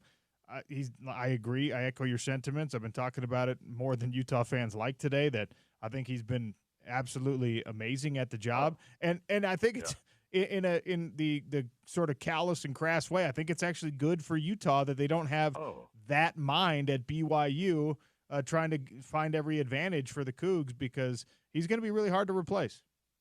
Yeah, no, I agree with you. That you said it really well. He's been very successful. And I think, anytime you just look at it from an analytic standpoint or a qualitative standpoint, separate your emotion, it's pretty easy. And yeah, we're going to be better if BYU's better. That's just the nature of our rivalry. That's always been the case. And so, yeah, I feel bad for them. Hopefully he is happy and he has a place to hang out and enjoy himself and get away from what is big-time college athletics. Sean, appreciate your time as always. You're absolutely killing it on the calls, and you add a lot of value to my show when you come on, so I appreciate you. Thank you, Sean. I really appreciate you, brother. Hopefully we get together soon. Let's do it. That's Sean Mooney, color analyst on all the Utah basketball radio broadcasts, alongside the voice of the Utes, Bill Riley, who you can also hear every once in a while here on the Sean O'Connell Show. All right. I want to touch on something. It's usually bad radio to bring stuff back 2 days in a row, but the conversation about football season ticket renewals continued for me on social media with some of the listeners, with some of the fans, pretty much all day into the night. And I really got some very interesting feedback that I think it's important to bring to air, and I want to share, and I want to get your thoughts on, James. And, of course, I'll update the poll questions that I put out there. Because even though there is some discouragement among Utah football fans with rising prices and a product, at least on the home slate this year, that isn't universally loved, more people are renewing their tickets than are canceling them. We'll get to all of it next on the Sean O'Connell Show. ESPN 700, 92.1 FM.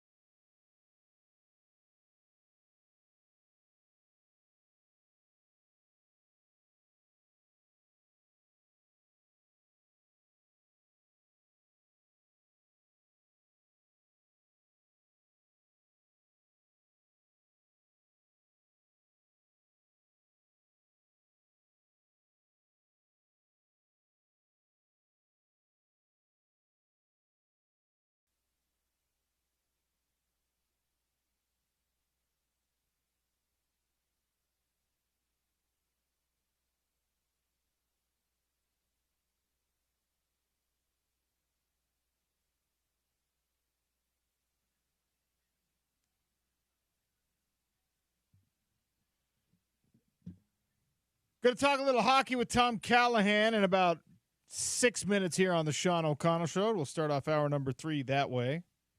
I want to update you on some of the poll questions we threw out there yesterday. The conversation around renewing or not renewing season tickets at the University of Utah. I constructed the polls because that conversation really ramped up, had a lot of good back and forth. I appreciate everyone who interacted the last hours of the day as this thing went all the way through the 24 hours that the Twitter polls stay up. 62% of people that responded to the first poll I put up on renewing your season tickets said they are willing to pay the $475 to $800, kind of the lower level season ticket prices. 8% are willing to pay top dollar. And then I realized that I probably need to do a better job of constructing the poll and just said, all right, who's willing to renew? Knowing everything that the Crimson Club fees have increased, the ticket prices have increased, the wait list is shrinking, all those things. Are you renewing your tickets? Yes or no? It was a 60-40 split.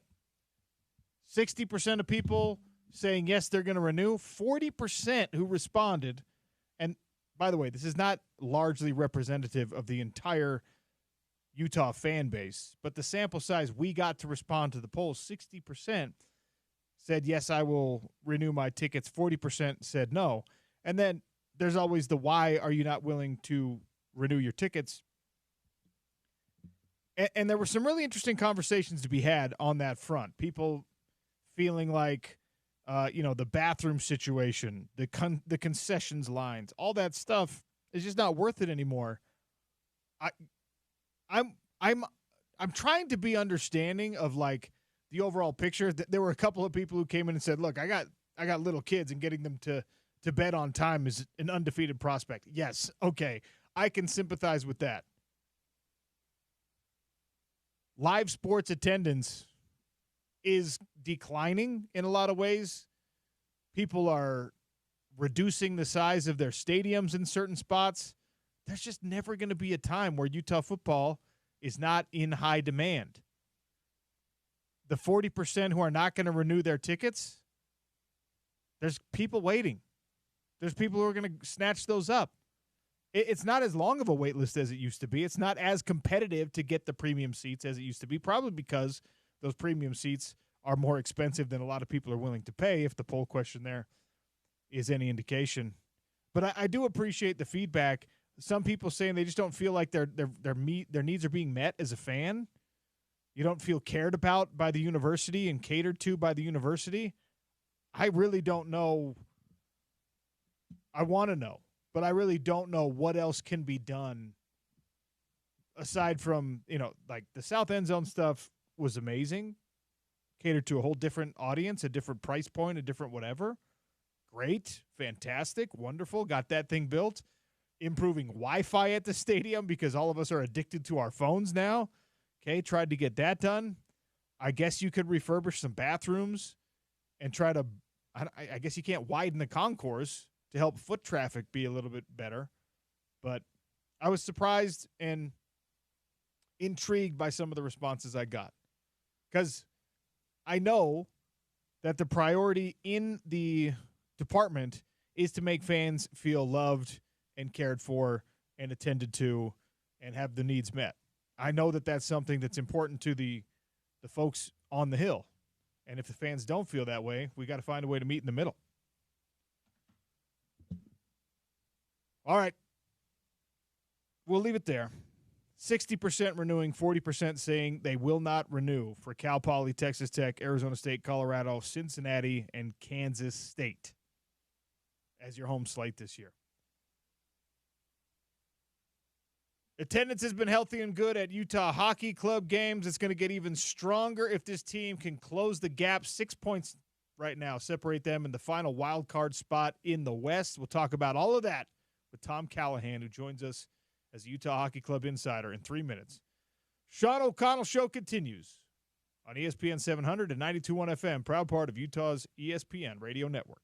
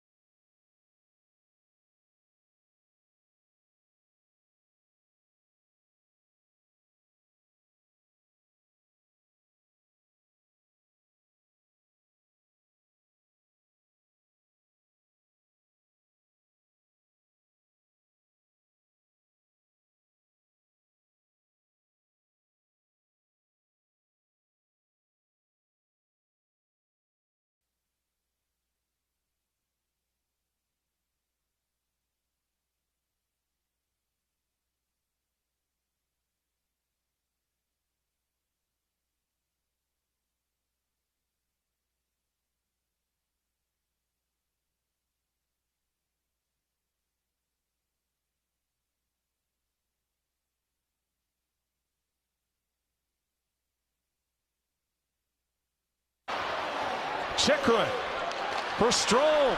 Brings it in. Strome to the front. Denied. Strome will get it back. And Gunther will take it away, but he can't get it out. Ovechkin. Oh, what a stop. Vejmelka robs Chychrun. Overtime save by Karel Vejmelka. Veggie. That was for the Utah Hockey Club. Sunday overtime win over the Caps. Couple of points there in the standings for the Utah Hockey Club. That sound courtesy of SEG Media. Matt McConnell on the call. The All-Star break, the Four Nations break. They are 5th in the Central Division, 6 points out of the final wildcard spot in the West. As we'll tap into Tom Callahan to talk a little Utah Hockey Club here. Four Nations, you do have some representation, not on the American roster, on the Finnish roster, though. Juuso Välimäki and Olli Mata both going to be suiting up for their home country. I've told you many times in many different segments in many different ways that I think that this is a really intriguing way to get people to care, get competitors, players to care about the All-Star break, to care about, maybe the NFL's Pro Bowl. You could do this in baseball. You could do this in basketball. I love it. A little mini Olympic situation here. People playing for the pride of their country. Finland, Sweden, Canada, U.S. first game tonight in the Four Nations break. What's this one on? TNT, I think. And that'll be Canada versus Sweden. Joining us to talk about all of it, and especially the interest that the Utah Hockey Club has here, Tom Callahan, friend of the program, Utah Hockey Club insider. Tom, welcome once again. How are you? Oh, great. Thanks for having me on. Who's going to win this Four Nations thing? I picked the USA. So I think that a lot of people think it's going to come down to USA Canada. I don't think that's a foregone conclusion, but I think it's likely. But I love the USA's goaltending. I think it's so good. The teams are all good. But I like the U.S. So, you know what? Tomorrow night, I know it starts tonight with Canada, Sweden, but tomorrow night, USA, Finland. This is everything for Utah Hockey Club fans. This might ultimately decide who you're going to root for, the U.S. or Finland here. Yeah, because you got your Utah Hockey Club guys suiting up for Finland, and obviously most folks here watching and caring about hockey are American citizens if you're listening to this program. So you might be right there. That might be how you decide your allegiances. For Olli Mata and Juuso Välimäki, how big a role are they going to play for this Finland side? Well, they're going to be chucked right in the fire, especially because Finland has had probably the most unfortunate experience coming into the tournament here as far as injuries go, especially on the blue line. So thankfully, and I'm going to knock wood while I say this, both of our guys are healthy. So that's very important. But elsewhere, Finland has, I think, 3 defensemen that were originally in the top 6 injured, and they've been trying to find replacements. So that's definitely going to hurt their depth and hurt their chances in the tournament. So it also means bigger minutes for Välimäki and for Olli Mata. And, they're going to be in the spotlight defensively for Finland for sure. How many of these guys, how much do these guys care about the game? It's a reductive question, but we're seeing an NBA All-Star weekend where the players hardly care. We're seeing the NFL Pro Bowl that just needs to be eliminated because there's no pride in it anymore. I love this Four Nations format because it forces you to have a little bit of pride, but I haven't actually gotten a chance to talk to either of the Utah Hockey Club players who got selected for the nation side. I haven't talked to anyone who felt like maybe they were snubbed either. How important is it to guys to be suiting up for country? Well, first of all, the fact that Clayton Keller is not on Team USA is a snub. Yeah, the fact that he's not there is mind-blowing to me. I don't know how he got left off that roster. So let's just put that out there first. It's interesting because 2 things are at play here. Number one, in North America, as far as hockey goes, the World Championships and the international tournaments don't have as much cachet, I guess, don't have as much importance as they do to the European countries. So your Swedens, your Finlands, your European nations, they put a lot more stock in those things, especially the World Championships, the over 20 World Championships. World Juniors matter, I think, to all hockey playing nations. So I expect the Swedes and the Finns to take it seriously. But when you put USA-Canada head-to-head, I don't care if it's in ping pong. There's fireworks. There's always something for either nation to prove. And so there's a lot of, just especially in ice hockey, men's and women's, I really think that a USA-Canada rivalry game is just always gonna bring the goods. And so, you know what? You're right. Every sport's trying to figure out how to make their All-Star game better, watchable in some cases. I mean, look at the NFL. But basketball, it's hard. More people care about the three-point shooting in the dunk contest. Baseball, more people care about the home run derby. So, hockey is trying something a little different because their viewership has fallen off too. They've gone from a 3-on-3 tournament of players within conferences to now literally fielding a team of nations. And I think it is going to engender a little more national pride amongst the players, and I think they will take it a little bit more seriously. I think there is going to be some importance to guys in winning this. Now, the question is, right, this is what we're all wondering. If your teammate has the puck on the other side, are you going to lay him out? Are you going to drop that guy and take the puck so that you can try to win a hockey game here? Or are you thinking to yourself, we need him for a cup run? That's what we're all waiting to see. Yeah, that I suppose is some calculus that you got to do on skates in the moment in certain situations. I try to avoid being political too much on the show because people tune in to talk about sports, but there is a lot going on in the background politically right now with Canada and USA, and that always is a spirited enough rivalry in sport. And we've seen, the national anthem, the American national anthem, getting booed in Canada at a Raptors basketball game. Is there any extra juice in this? Maybe just for the fans. I don't know about players because of all that going on. What's happening in the background with the two countries? Well, for the fans, absolutely. Absolutely. The fans, it's all you need to do is take the temperature on any social media platform, and you will see that right now fans on both sides are really upping the ante as far as the national rhetoric behind this tournament. So, and again, these guys are competitors. Nobody likes to lose. They're not going there to lose. But by the same token, and again, this is the question I want to see and everybody else wants to see is how much does it matter? How hard are they going to compete here? I think they're going to try to win. I just really hope that we don't come out with any sustained injuries for any NHL team because that would really hurt the format. Well, let's flip the focus to the NHL season. Utah Hockey Club 6 points out of the final wild card spot. We've seen the inconsistency. They had that really, really rough stretch that they finally broke themselves out of with the help of the return of Dylan Guenther, their leading scorer. And now you've got an opportunity for everyone except for the aforementioned Finland players, an opportunity for a little bit of rest. But how do you get better during this break if you're the Utah Hockey Club? Well, the first thing you do when you hit the nail on the head is you heal. You try to get guys back. Right now, I think they have a realistic chance at getting 3 guys back. The only one who probably isn't back that's out right now before the end of the month is Sean Dursey. And he's optimistically March. So that's nice, though. That means you're getting back to full strength. You're getting a bunch of guys back in the lineup.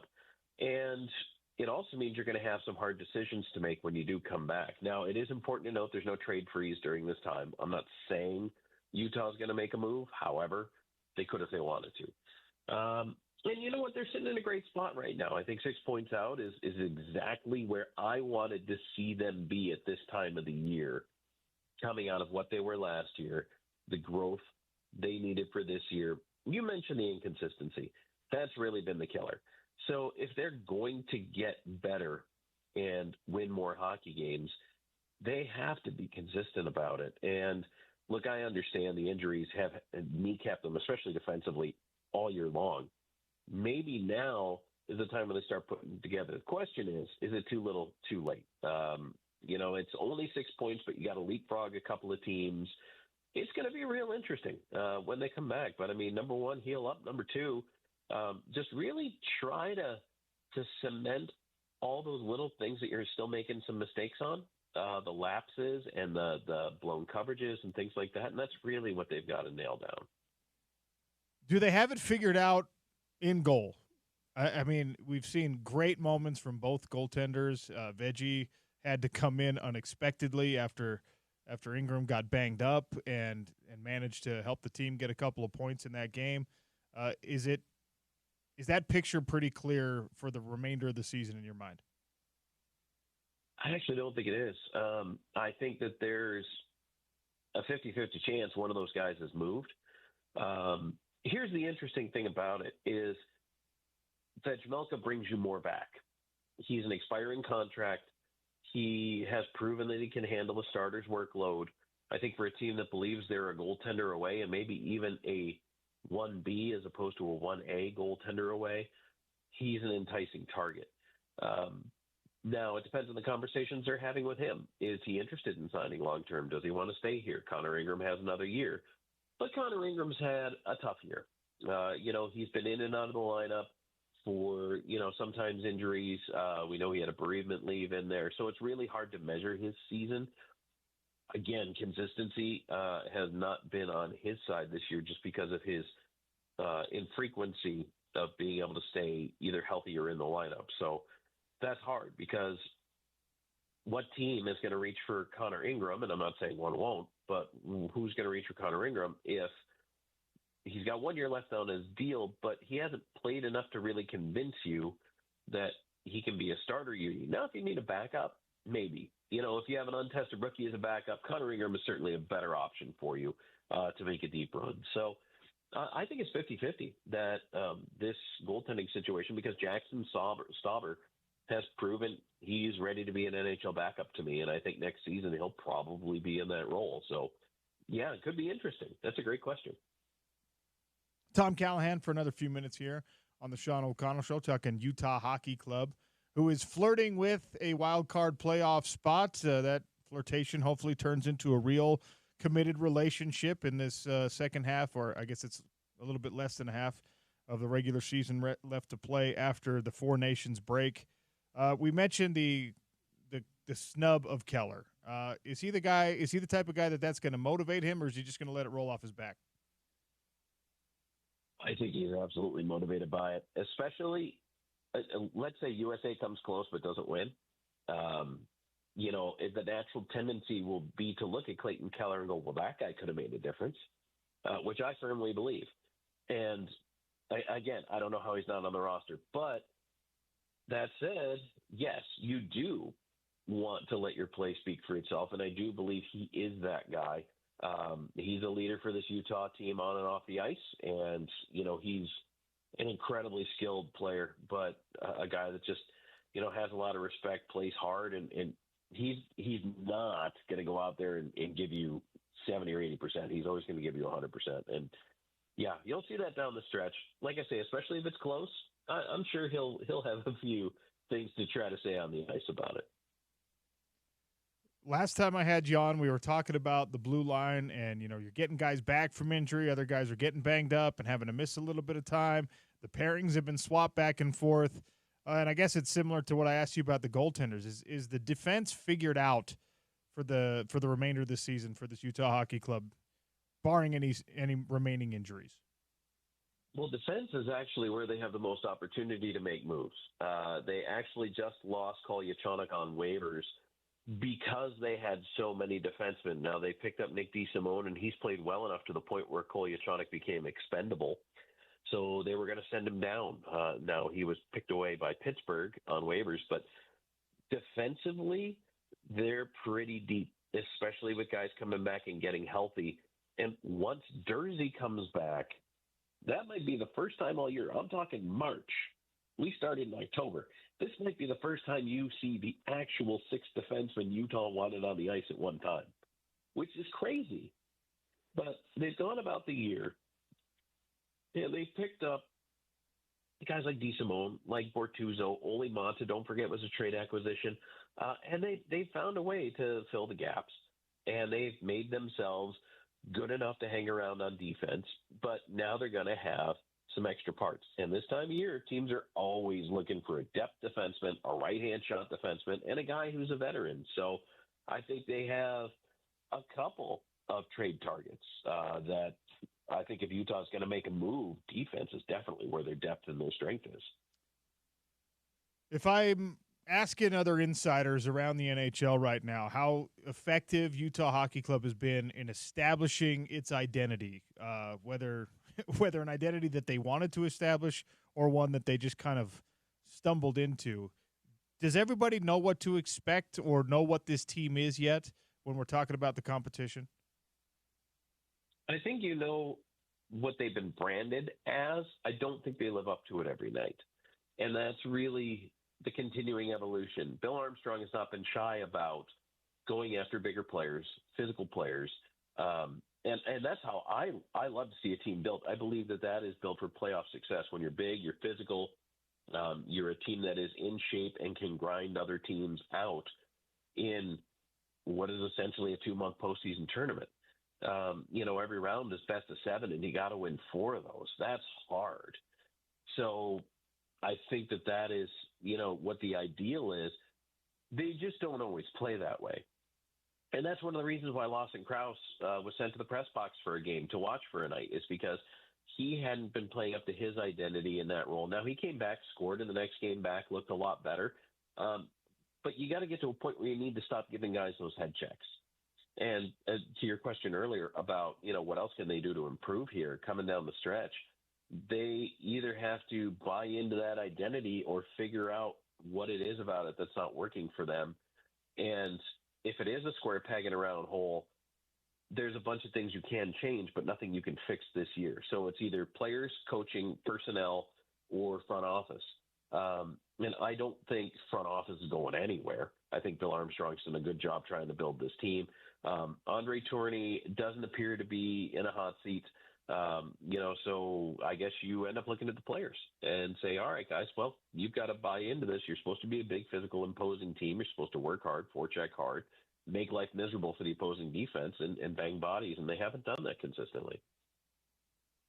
Who's got the most upward mobility possible, right, for their reputation, their value to this team? Who's the guy? Maybe it is Krause, who already mentioned that hasn't been consistent enough, hasn't been living up to his identity, and could, when we get back to NHL hockey after the Four Nations break, could really make himself, I guess, indispensable for this Utah Hockey Club. Is there a name or two that you look at and say, that guy's going to be something in the second half? Boy, if Lawson Krause came on and really started to make an impact, yeah, he's a guy who can be that mover and shaker. I think Dylan Guenther has been really good and will continue to be really good. He had a little bit of a dip, before Christmas, but I think finding his footing again, he's a very consistent contributor. Maybe some of the younger guys can jump up on a consistent basis. I'll tell you who I like as a guy out there is Jack McBain. I like him, and I like Kerfoot and Barrett Hayton. Those guys, I think, can go out there and make things happen. And you know what? I really want to see their continued development. I think those 3 names are definitely on my radar for the rest of the season and the impact they can make. Right now, Mikhail Sergachev is averaging 25-plus minutes per game. We've talked to several different people about how sustainable it is, and it seems like it is sustainable for him. But in an ideal world, is that the number of minutes you want to see Sergachev skating? I don't mind it. He's 26. I mean, he's young. He's a horse. These guys, the top D, yeah, you're talking about playing half the game because he plays all situations. 5-on-5, penalty kill, power play. You want him out there. He's one of your best assets. And so I understand those kinds of minutes. I don't mind 26 minutes of ice a night. The interesting thing is during the year, it's kind of varied who's been the ice time leader. Since Marino came back, sometimes it's him. Since Mata was acquired, sometimes it was him in the early going. So they kind of rotated that responsibility, I guess, around.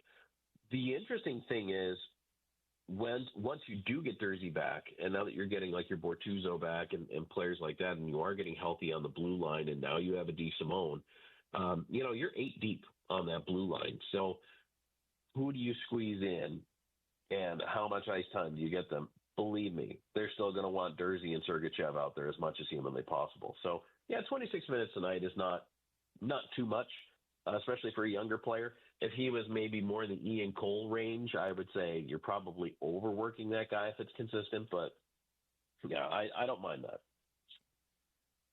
Tom Callahan for another minute or two on the Sean O'Connell Show talking Utah Hockey Club. From a big picture perspective, the season goes fast. The sports world just moves so quickly. It'll be right around the corner that you're looking at another NHL draft, and that brings the question for me to mind about your prospects now and your minor leagues now, the sort of stable you have of young players coming up. Because whether this team gets over the hump and makes a wild card, a playoff spot this year, they're not cup contenders in 2025. Hopefully that could be sooner than later, and that, in my opinion, is going to rely at least somewhat on what you've got stashed in the minors right now. What do we know about the prospects coming up? Is the pipeline healthy? Well, the pipeline is good. They've been building this pipeline and will continue to build this pipeline. The last couple of years, that's what Utah has been acquiring is younger players, picks. We saw that all play out at the draft. I'll be excited to see after this year in junior, TJ Ginla getting a full year at center, what he'll be like at camp next year. So I'm pretty pumped for that. We saw Maverick Lamoureux come up for a little while and actually didn't look out of place on an NHL blue line. He's back in Tucson right now in the American League. I think his future's very bright. We saw Stauber come up. I think his future's bright in net.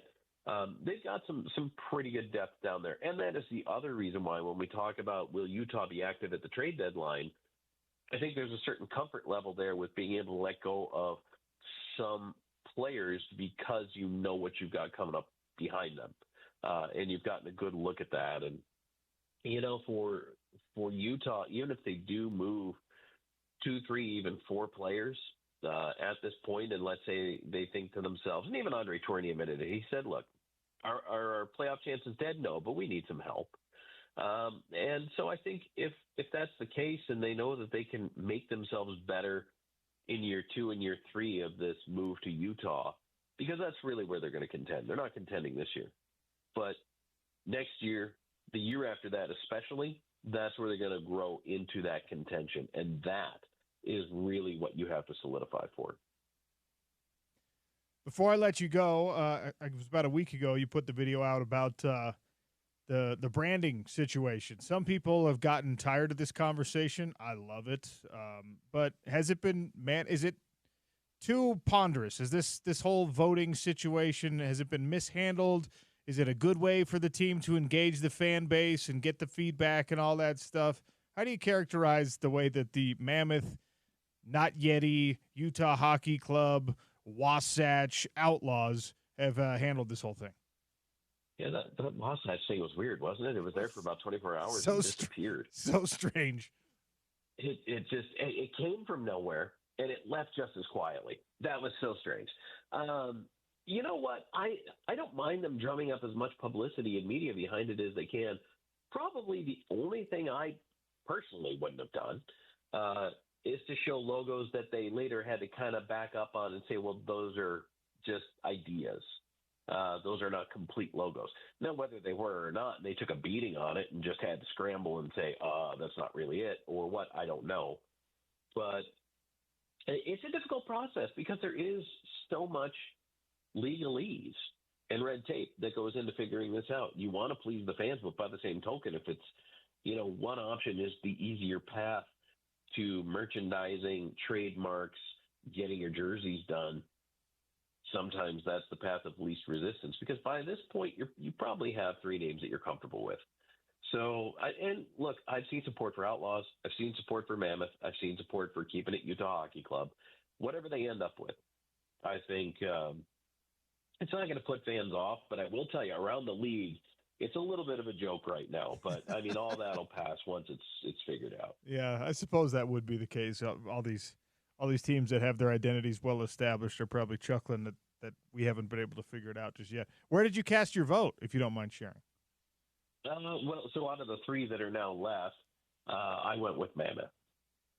Okay, I'm Team Mammoth as well. So We were gonna mute your answer if you gave anything opposite, because I'm pretty staunch on my support of the Mammoth, but I appreciate you co-signing. You know.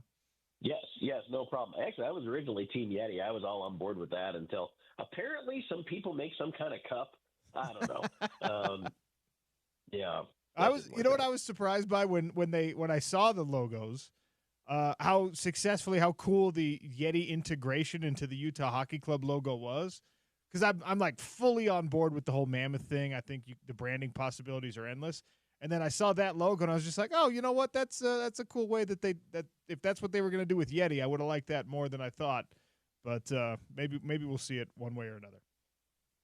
Well, you know what? At the end of the day, I mean, we get our one vote, but you know, whatever comes out, I'm sure we're A, going to live with it, and B, look, the people who have the stuff with the inaugural season patch on it, they're always going to be that special club that was here this year, jumped on board, got behind it, and they're always going to have a bond. So, I mean, it is something unique right now. Yeah, that's definitely something that we'll all be gloating about when they win a cup in 5 years. Like, well, were you there when this was just a Utah Hockey Club and all we had was letters on our jerseys, letters on the sweater?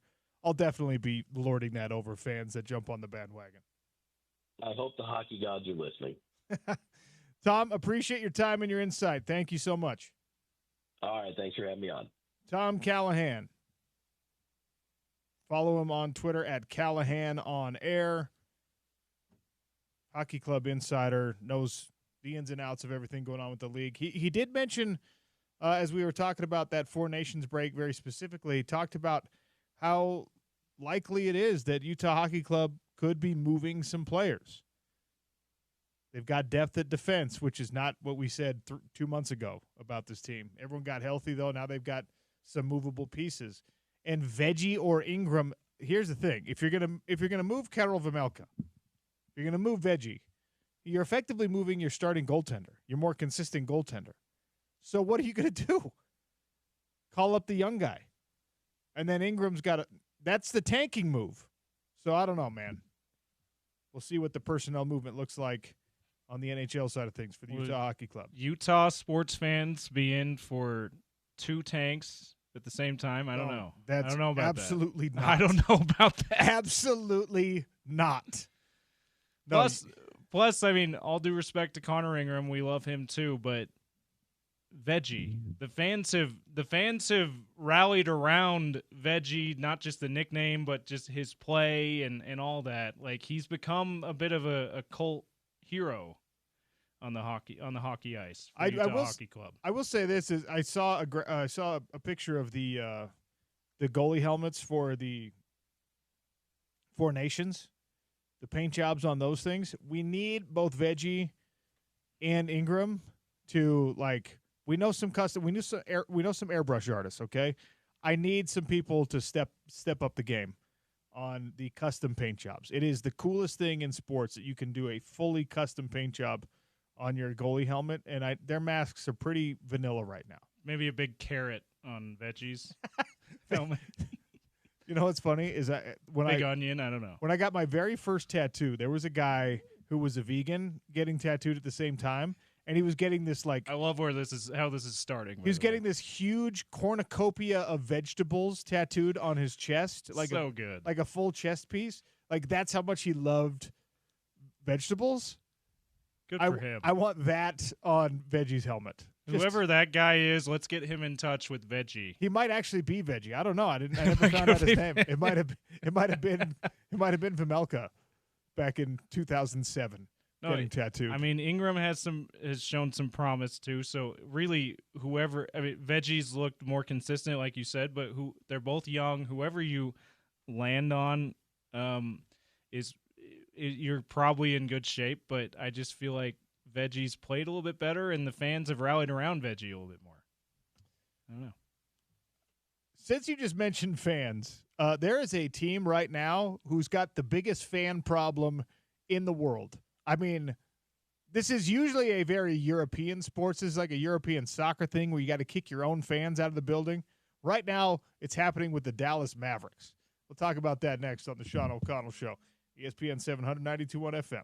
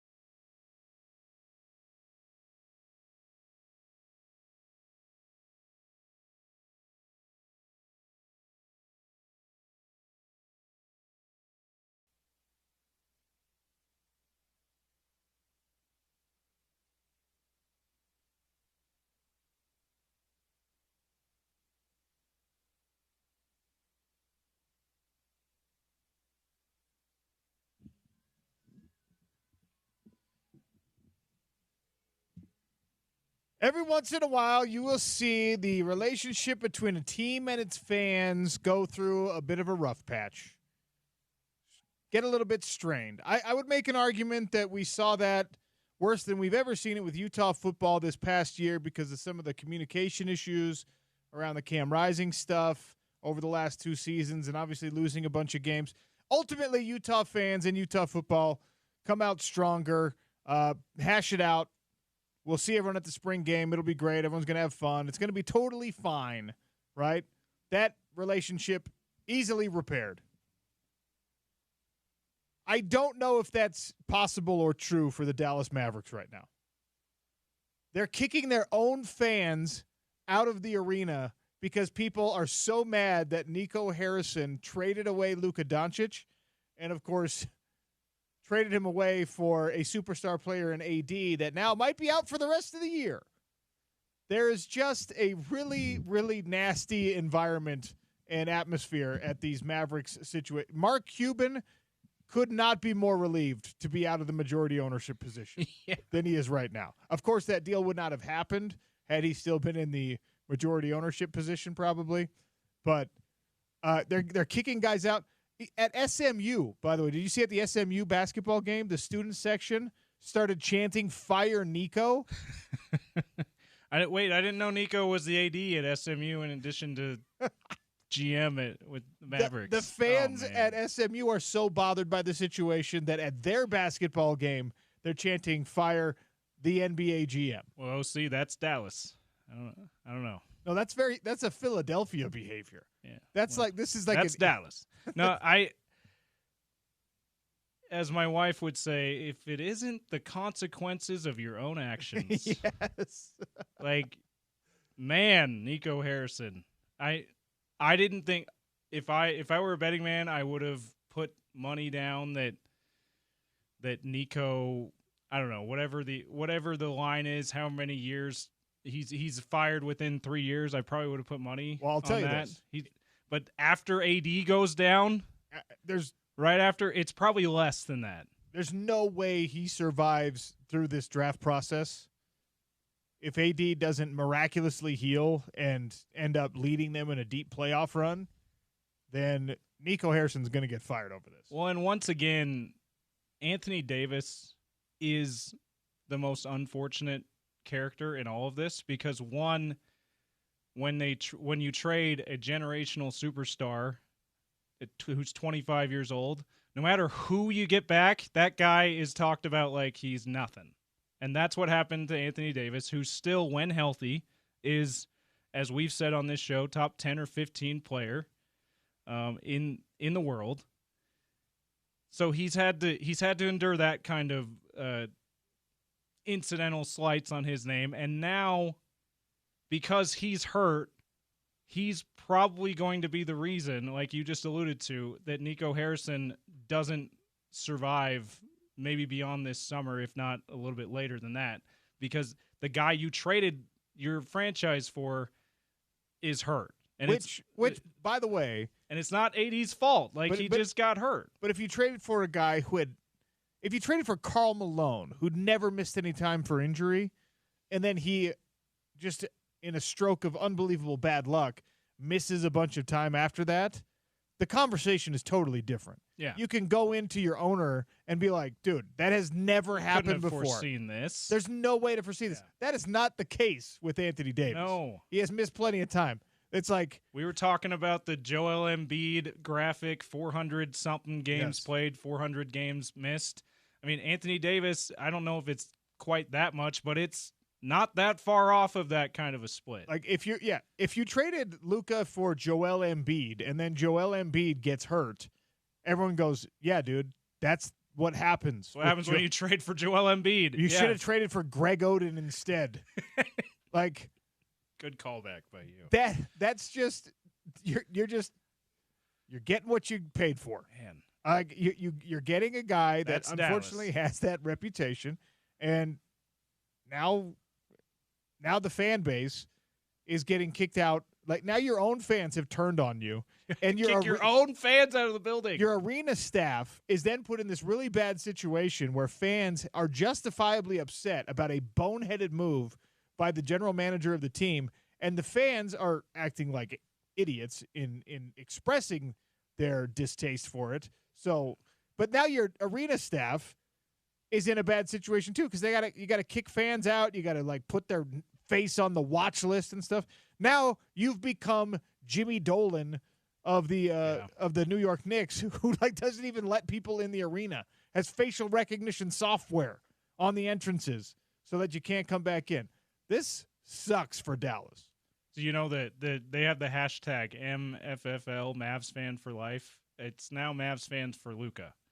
The L is not. They're not fans for life anymore. They're Mavs fans for Luka, and it sucks. And one thing that's great to sort of bring it back to a local thing, we probably will never see that with the Jazz fan base because of how much the fans love this franchise. I mean, we'll see. Maybe if this tank goes on way longer than expected, maybe we see some fans sour enough that they decide they're no longer Jazz fans.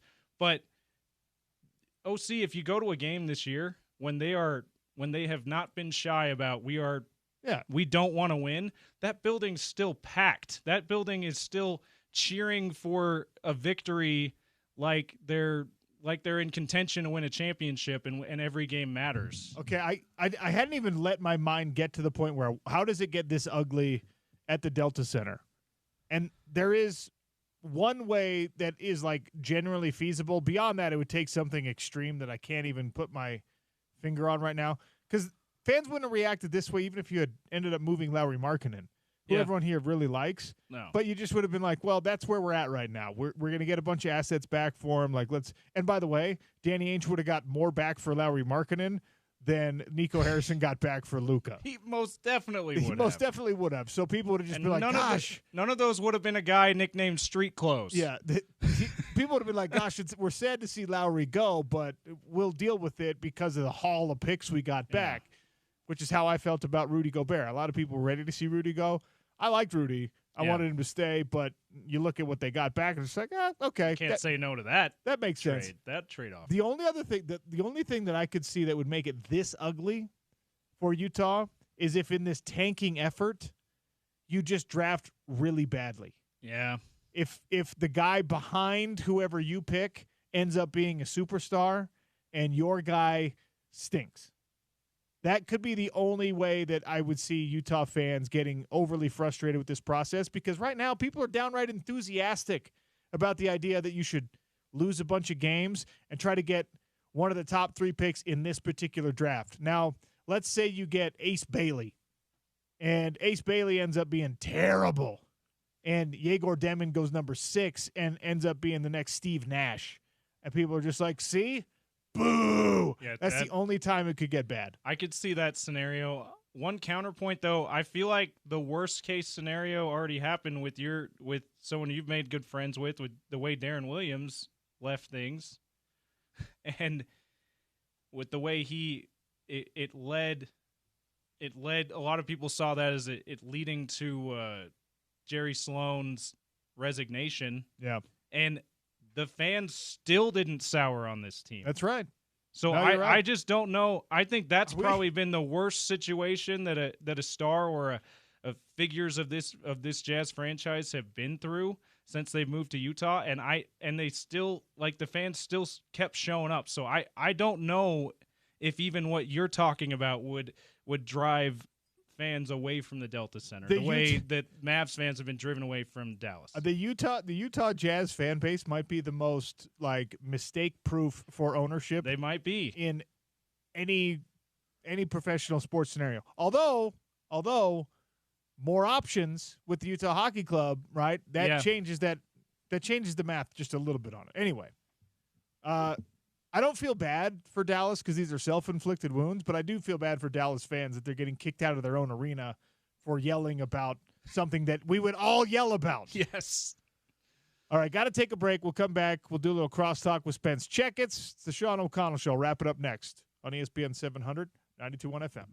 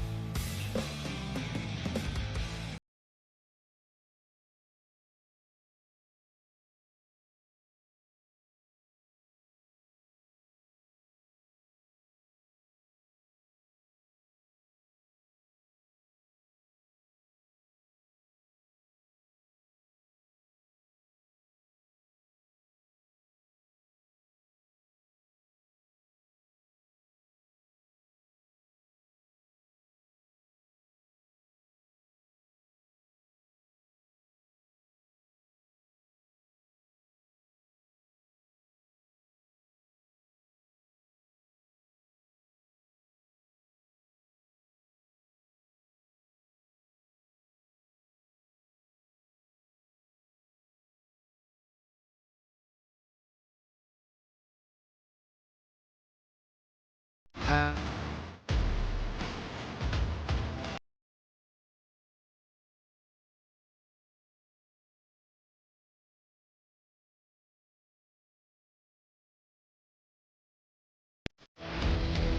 tickets to Hardy.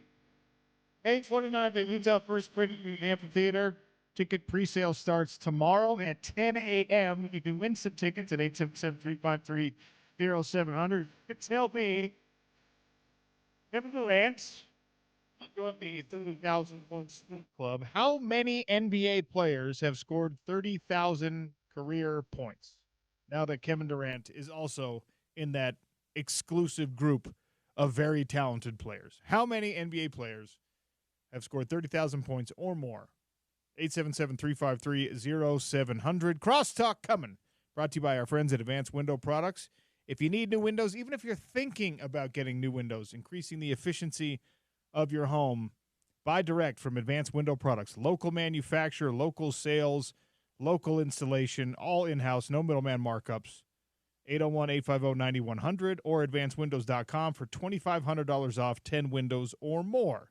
The Drive with Spence Checketts is coming up next. Spence Checketts is here in studio with me. Hey, Spence. Isn't it amazing how much happier you are when a dog is around? It's pretty awesome. Got our station mascot in the studio. Duke's hanging out, and he's looking at me with that big dumb grin, because he thinks we're about to go get a treat or something. And as much as I enjoy seeing you and James and everyone, I love our staff here, it's just – you just feel calmer. You just feel better. It's like something about your central nervous system or something. I'm actually really pumped that this is such a dog-friendly environment here at our Broadway studios. Yep. On that front, I know that my children are not listening right now. Wait, your 3- and 5-year-old girls aren't big sports talk radio fans? Well, you don't say. One of them's in school right now, and the 3-year-old, she might listen. She might listen to the Dan Patrick Show, but she wouldn't listen to me. The one in school, how old is she? She's 5. She's got the app and her headphones in. just smashing all ESPN 700. Her teacher's like, I told you to put the phone away. We're finger painting, not now. It's the Sean O'Connell show later. It's crosstalk, my favorite part of the show. The Drive is later, so catch me after that. I went and I looked at a litter of pups yesterday. Oh, nice. Okay, so we're making some progress. We're making some progress. Okay. So, I think we're approaching the finish line on becoming a dog family again at the O'Connell household, and I am pretty pumped about that. Now, you have raised a puppy before, right? I've raised 4 puppies before, yeah. So you know the deal. Yeah. You know the deal, where there are some nights you're like, I can't do this. This is not happening. Yeah, but here's the thing. We've had 3 small children in the house for the last 5 years, so fair enough. Nights are no longer nights. Yeah. I actually don't believe I will ever sleep through the night again for the rest of my life. You will. You'll get there. Not until they're out of the house. And then probably even less. Yeah. Because it's 3 young ladies. So fair enough. Jeff Van Gundy, when he used to come on the show before he got back into the league, it's such a bummer. I'm happy that he's coaching, but he no longer joins the show. So Gordon Monson, my old radio partner, 5 girls. Yeah. Jeff has 3 like you. And his whole thing is every girl equals 3. So you're raising 9 children. Gordon was raising 15 children. I have a tremendous amount of respect for girl dads because I think the challenges they're in as they age, I'm not sure that I'm emotionally equipped to handle those things. I didn't think I was, but you know what? I love it. Being a girl dad is the coolest thing ever. I don't know the difference, but it is awesome. And, I just can't wait to see what the next 50 years of my life bring. I won't make it to 91. I don't know why I said 50. How old do you want to be? Where do you want to call it good? Okay. I don't know what the number is going to be. But if somebody has to help me with the bathroom, I'm out. I'm done. Yeah. Like, I'm not so proud that I'm going to be like, if I need someone to lend me a hand while I hike up some stairs, like, that's fine. I've earned that. But when you can no longer wipe, it's over. When I'm, like, not able to sit down on the pots and get myself back up, like, that's cool, man. Like, just put me on a surfboard and push me into the North Shore. I'll be gone 3 minutes after that, so it's fine. What's the there's that big cliff on, like, Sunset Beach on the North Shore. Maybe if Uncle Spence is in a wheelchair, let's just go to the cliff, and I'm fine with whatever happens. It's been real. I'm older than you are, but you're old enough to see people age. You know, your parents, and I don't know. I have no living grandparents anymore. And so when you kind of see that and see what the end looks like, it's kind of a macabre topic we're talking about here on Sports Talk Radio. Yes. You just want to avoid the final few years where the function is gone. Yeah. Anyway. I've been lucky because my grandma, Grandma Laura, who made me a big sports fan. Shout out Grandma Laura. She's still around. Nice. So very lucky to have that. And my 3 deceased grandparents, we had the blessing of rapid departures. And that is a blessing. It's the right way to put that. Let me ask you before I let you get out of here. Tom Homo, 20 years, and they had a very reverent press conference today for Tom. I tried to play the start of it, and it just was too reverent. Yeah. And so I was like, James, we got to cut this off. Yeah. That being said, I have an immense amount of respect for Tom Homo. People got mad at me on the text line because I was effusive in my praise. He is a top 5 athletic director in the country. Mm-hmm. Him leaving BYU is only great for Utah because that guy is a huge reason why BYU somehow, some way, through independence, survived, stayed within striking distance, and got back to where they're a relevant football program again. Obviously, they've done some incredible things in basketball. Yeah. All of that while managing non-revenue sports that are among the best overall athletic programs in the country. When you talk about things like volleyball and all the women's sports, soccer, things like that. Cross country, they won a national championship. Yeah, cross country is Yeah. incredible down there. So, Tom Homo, sad to see you go from a sports fan perspective. Happy to see you go from a Utah fan perspective. Yeah, well said. I had a really interesting experience with Tom, and we're not going to play the presser today. Maybe after the opening hymn, we'll play 5 minutes or so. But it is online if you want to listen to it. And I watched and listened to the entire thing, listen to the questions and listen to his answers. About 4 years ago, I was at Nordstrom during Christmas, and I was not excited about the endeavor. Mm-hmm. I was with somebody who was very excited about the endeavor. And I look over, and Tom's standing there. He was in the very same boat. His wife, Lori, was at Nordstrom shopping for the family. And usually in our seat, if you see an AD, if you see a player, if you see a coach, if you see somebody of influence that we cover, they're a little bit careful about what they say. And they're, most everyone's very nice and shake your hand or whatever. But because Tom and I were both in the same boat, we just sat in the Nordstrom Cafe for like an hour. And we had a really cool conversation. And he was very honest about, and he talked about this today during his presser, very honest about 4 or 5 years in independence. He looked around. He's like, I can't do this. This is way too hard. Yeah. And it was the first time I had ever heard him speak in those terms. And, talked about how he didn't feel like he was up for the job. I did not know until today, like Lavelle Edwards, he never negotiated a multi-year contract. He was year by year.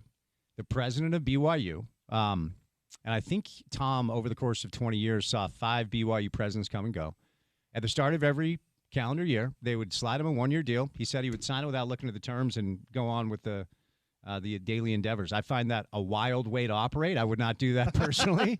But I echo your sentiment. I think, and I've said this before, I don't know if it is the hardest job in college athletics administration, but being the athletic director at BYU is among the hardest challenges that anybody will have, because you have to align yourself to a faith-based institution while shepherding, if I can, and leading the athletic department, which of all of the departments in BYU, the one that's probably hardest to align to their values is the athletic department. For sure. And he did a brilliant job of navigating independence. They land in a conference, and I think them landing in the Big 12 was one of the conduits to him deciding that it was time for him to go. But he did a remarkable job. He really did. I mean, his work here is done. Congratulations to Tom, and congratulations to anyone who had to compete against BYU, because your life got a little bit easier. That guy who's so good at the job, he's going to be impossible to replace. Yeah. Whoever takes that job next, no matter how good they are at it, they're not going to be as good as Tom Homo at it. I agree. Now, whoever takes that job does not have the same challenges Tom had, right? So they're in their Big 12 conference. You do have to align yourself to the institution. Yeah. And their president today, basically, the first thing he said, what's the criteria? He's like, you got to love Jesus. You have to, like, this is a faith-based institution. You have to lead with Jesus Christ. And ultimately, you always kind of eliminate a lot of candidates if you just simply want them to be part of your faith. But That's the deal down there. And there are plenty of candidates. We're going to talk about a few on the show. There are plenty of candidates that can step in down there. But I do think the way Tom has left this athletic department will allow his predecessor to have a little bit more of a long runway than what Tom had when he took over. Well, that's assuming the Big 12 exists in 3 to 5 years. Fair point. Which I don't think so. Yeah, fair point. Anyway, stay tuned for the drive with Spence Checketts. It's going to be a great one today. I've seen the show sheet. It is on today. That's all for the Sean O'Connell Show. James Peterson, well done. Adequate as usual. It's ESPN 700, 92.1 FM.